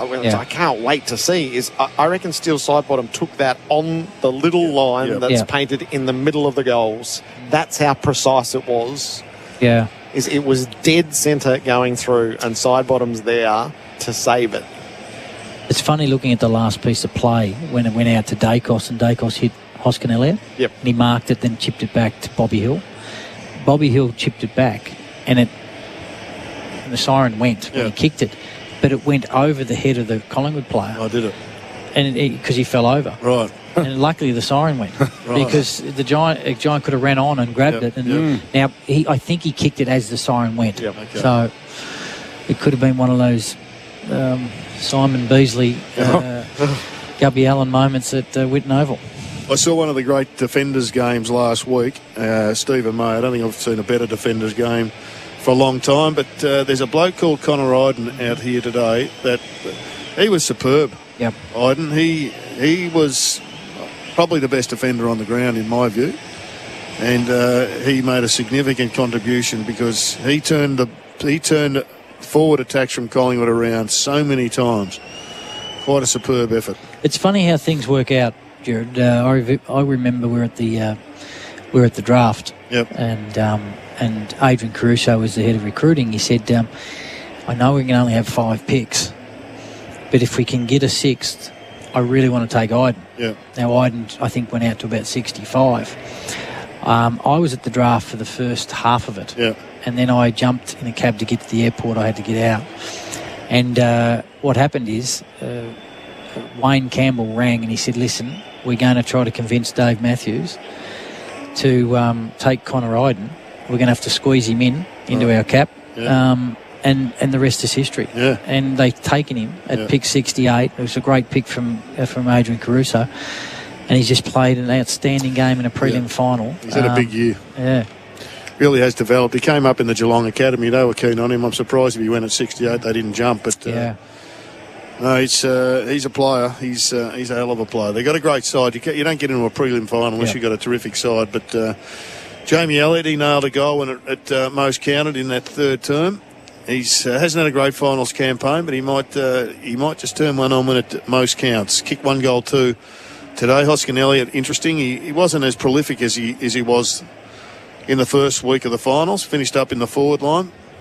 And what a story Oleg Markov is. I mean, he was given away.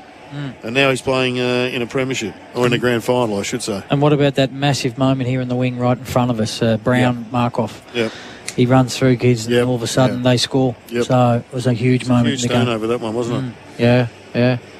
Yeah, at one of those preliminary finals that there's half a dozen things that'll be grasped and they will live in the memory. Well, it's a big week on radio next week, boys, isn't it, Dwayne? Well, either way, we're going to have a ripper next week because the two best sides in it are arguably Collingwood and Brisbane. But boy, if Carlton make it, this town, I'm not sure what it's going to be like, but I'm glad I'm broadcasting live with Jared all week. And I'm not sure if you're going down to Crown, Jared, for Sports Day, but we'll be there Monday, Dwayne. It's going to be fun to see what it's like in this town, viewing in the middle of it at Crown as opposed to behind glass in the studio. It's going to be fun, one way or the other. And Collingwood just adds another dimension. You like to think that all teams are equal, but some are more equal than others. And when Collingwood's in, it adds a new dimension to it. Apologies to George Orwell. I'm not sure who George Orwell barracked for, but he might be a Collingwood fan because some are more equal than others. What about the crowds? 97,665. It's not a bad crowd. Oh. Yeah, added. So we had two 92s, we had a 96, and now we've had a 97.5. Where are they filling those extra ones in? Where are they squeezing them into the members? Or yeah, it is. Everything has felt elevated this September, and the crowds have played a big role. If it's absolutely jam-packed, what is it? 102, isn't it? 100,026. 126, right. Okay. That was last year's grand final crowd. All right, so let's clear a break here. Braden Maynard's just gone missing for the time being, and why wouldn't he after all that he's been through? We'll tell you the story of the game through our categories. Collingwood into the grand final, 1-point winners over the Giants. That quarter on AFL Nation was for Lifeblood. Donate blood today. If your crew has to flee for behind a tree. Get a McGregor. When you need an extra loo because they're queuing for Get a McGregor. At McGregor Portables, we've been providing businesses with on-site, fully plumbed, able and disabled portable toilets and bathrooms for more than 30 years. So whatever you need, wherever you need it, it'll take no time at all to build it and install. Get a McGregor, get a McGregor, get a McGregor. McGregor Portables. Go to McGregorportables.com.au. Designer Appliances Deluxe Deals is on now with unmissable offers across a range of luxury brands, including Asco, Fisher & Paykel, Miele and more. Plus, buy now, pay later. Visit your local gallery or designerappliances.com.au. G'day, it's Kane Corns here. All-day socks are designed for people like you and me. For those wanting a bit of extra comfort when they need it most. For the movers and shakers, the late-nighters and the 9-to-5ers. Or for when you just want to show the world who you are by what's on your feet.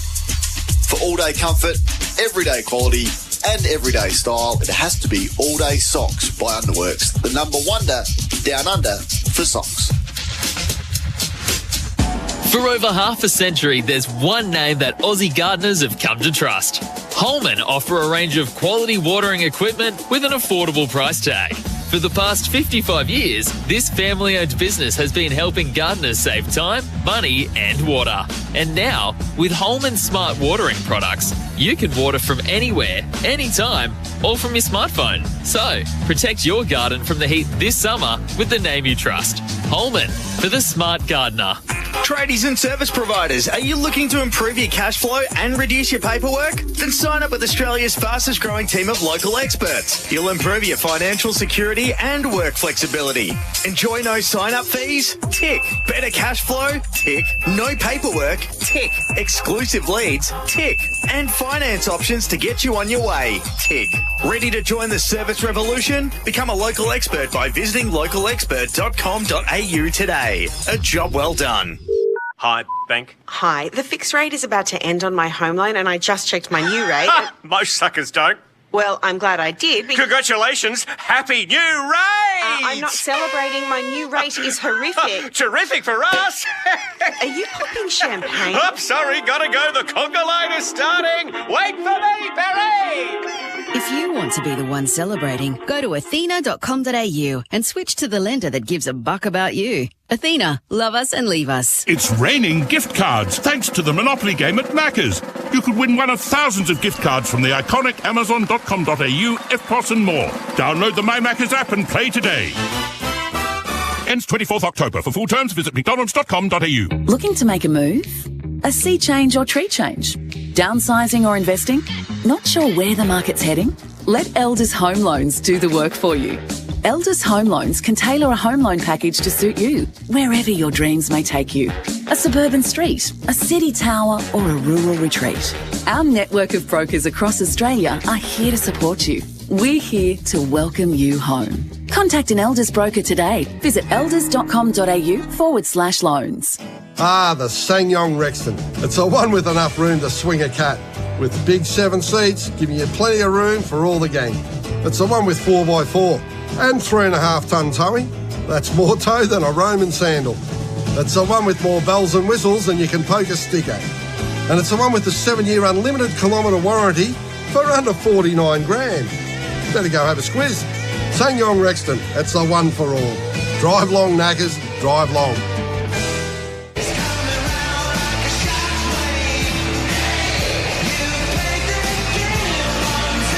You're listening to the finals on AFL Nation for Elders Real Estate and Tyre Power. Big Footy Final Sale. Collingwood through to the grand final, 1-point winners in the prelim over the Giants. Down in the rooms, Braden Maynard is with us. Braden, congratulations. Welcome to AFL Nation. Oh, thanks for having me on, guys. I'm just, I'm watching the little screen in the rooms and everyone's celebrating after the siren's gone. It's, holy crap. I'm actually shaking, boys. Thanks for having me on. Just give us a feel for the emotions. I mean, you've lived the high end of it over a couple of weeks. It's been, it's been bloody crazy. I'll take you back to last year's prelim when we lost by a point, and now we've won the prelim by a point, and the whole week last week was pretty challenging for mine, and I went through quite a bit, and I'm just so thankful for all the supporters, my family, the whole club to rally around me, and which was a really difficult week, but holy crap, what a way to celebrate. I'm just watching. We're just having a look at you celebrating on the cameras on the TV. I'm not sure if you're seeing yourself, but far out. It's a good hug of Jeremy Howe. Yeah, absolutely it is. We that was bloody tough, that whole game. That I said it in the post-game talk to Channel 7. I just want to give a serious credit to GWS, the way they've handled themselves this whole year with a new coach. They're playing some serious football. They're going to be a serious side in the years to come. And, so great work to them. And to, our boys, holy crap, what a win. And let's go to the big dance. Braden, here's the Giants' old coach. How are you, mate? Leon Cameron. Leon Cameron, how are you, mate? You going okay? I'm going very, very well. Just very quickly, well done, mate. Look, your game was outstanding, and no doubt marking Toby Green, you've got to be really switched on.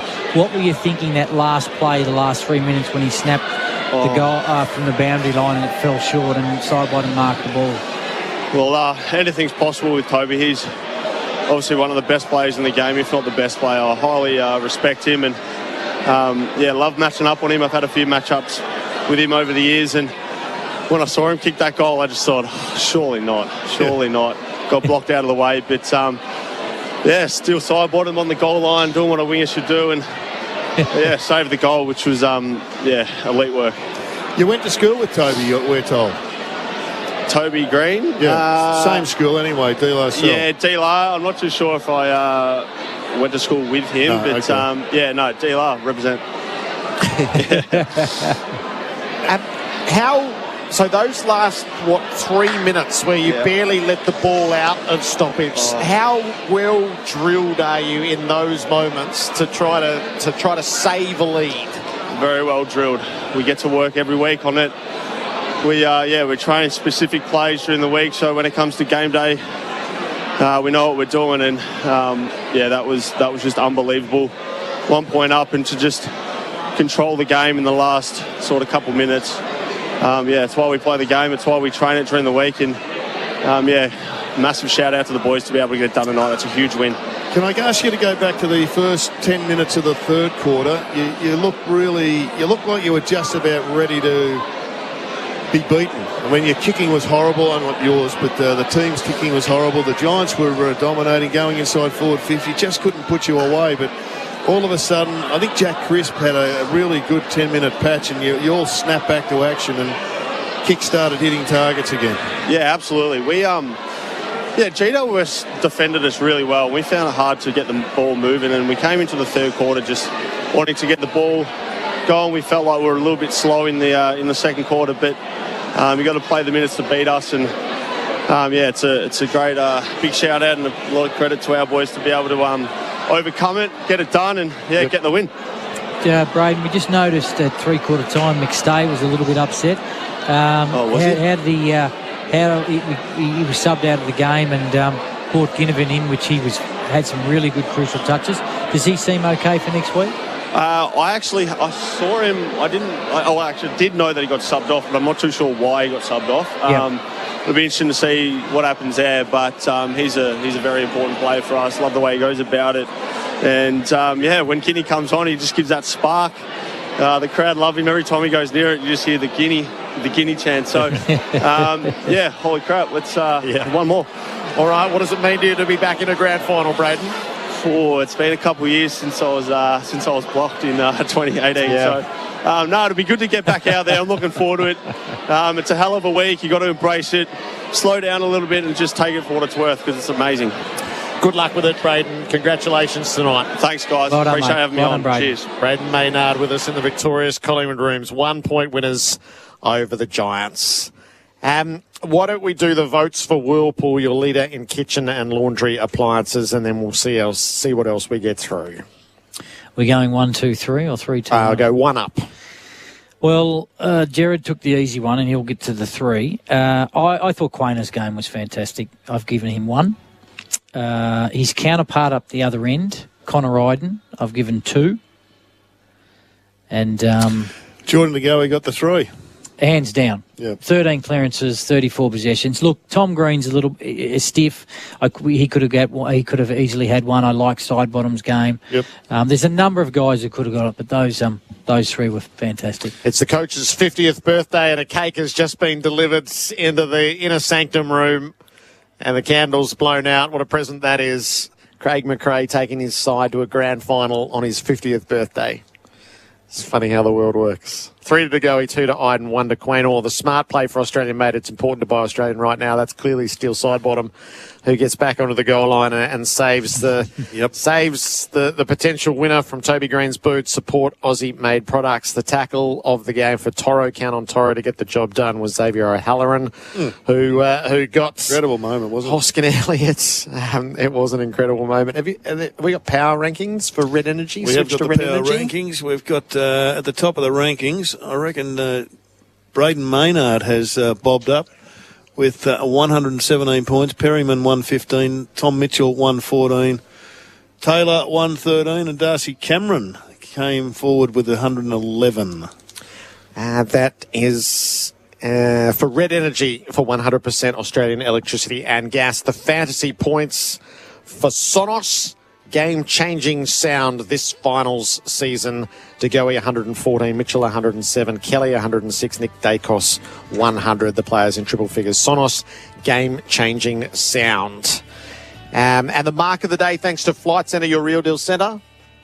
Jesse Hogan there? Probably, yeah. I don't think there was really any... Well, Braden Maynard took a good one, but we settled on Jesse. Oh, yes. Yeah, probably down here, Maynard took it. Tell you what, the other one, the one-handed mark that I'm not even sure who took it, but it saved a goal. Was it McCreary? It may not have been, but Hoskin Elliott, I think it might have been, but nevertheless, Maynard. And then Steele Sidebottom ran the most kilometres, 15.4. He ran. He'll need a good night's sleep for the original Mattress Factory. Upgrade your sleep game online or in-store today. Collingwood into the grand final. 1 point victors over the Giants. Our major partner is the TAC. Don't use your phone illegally while driving. TAC.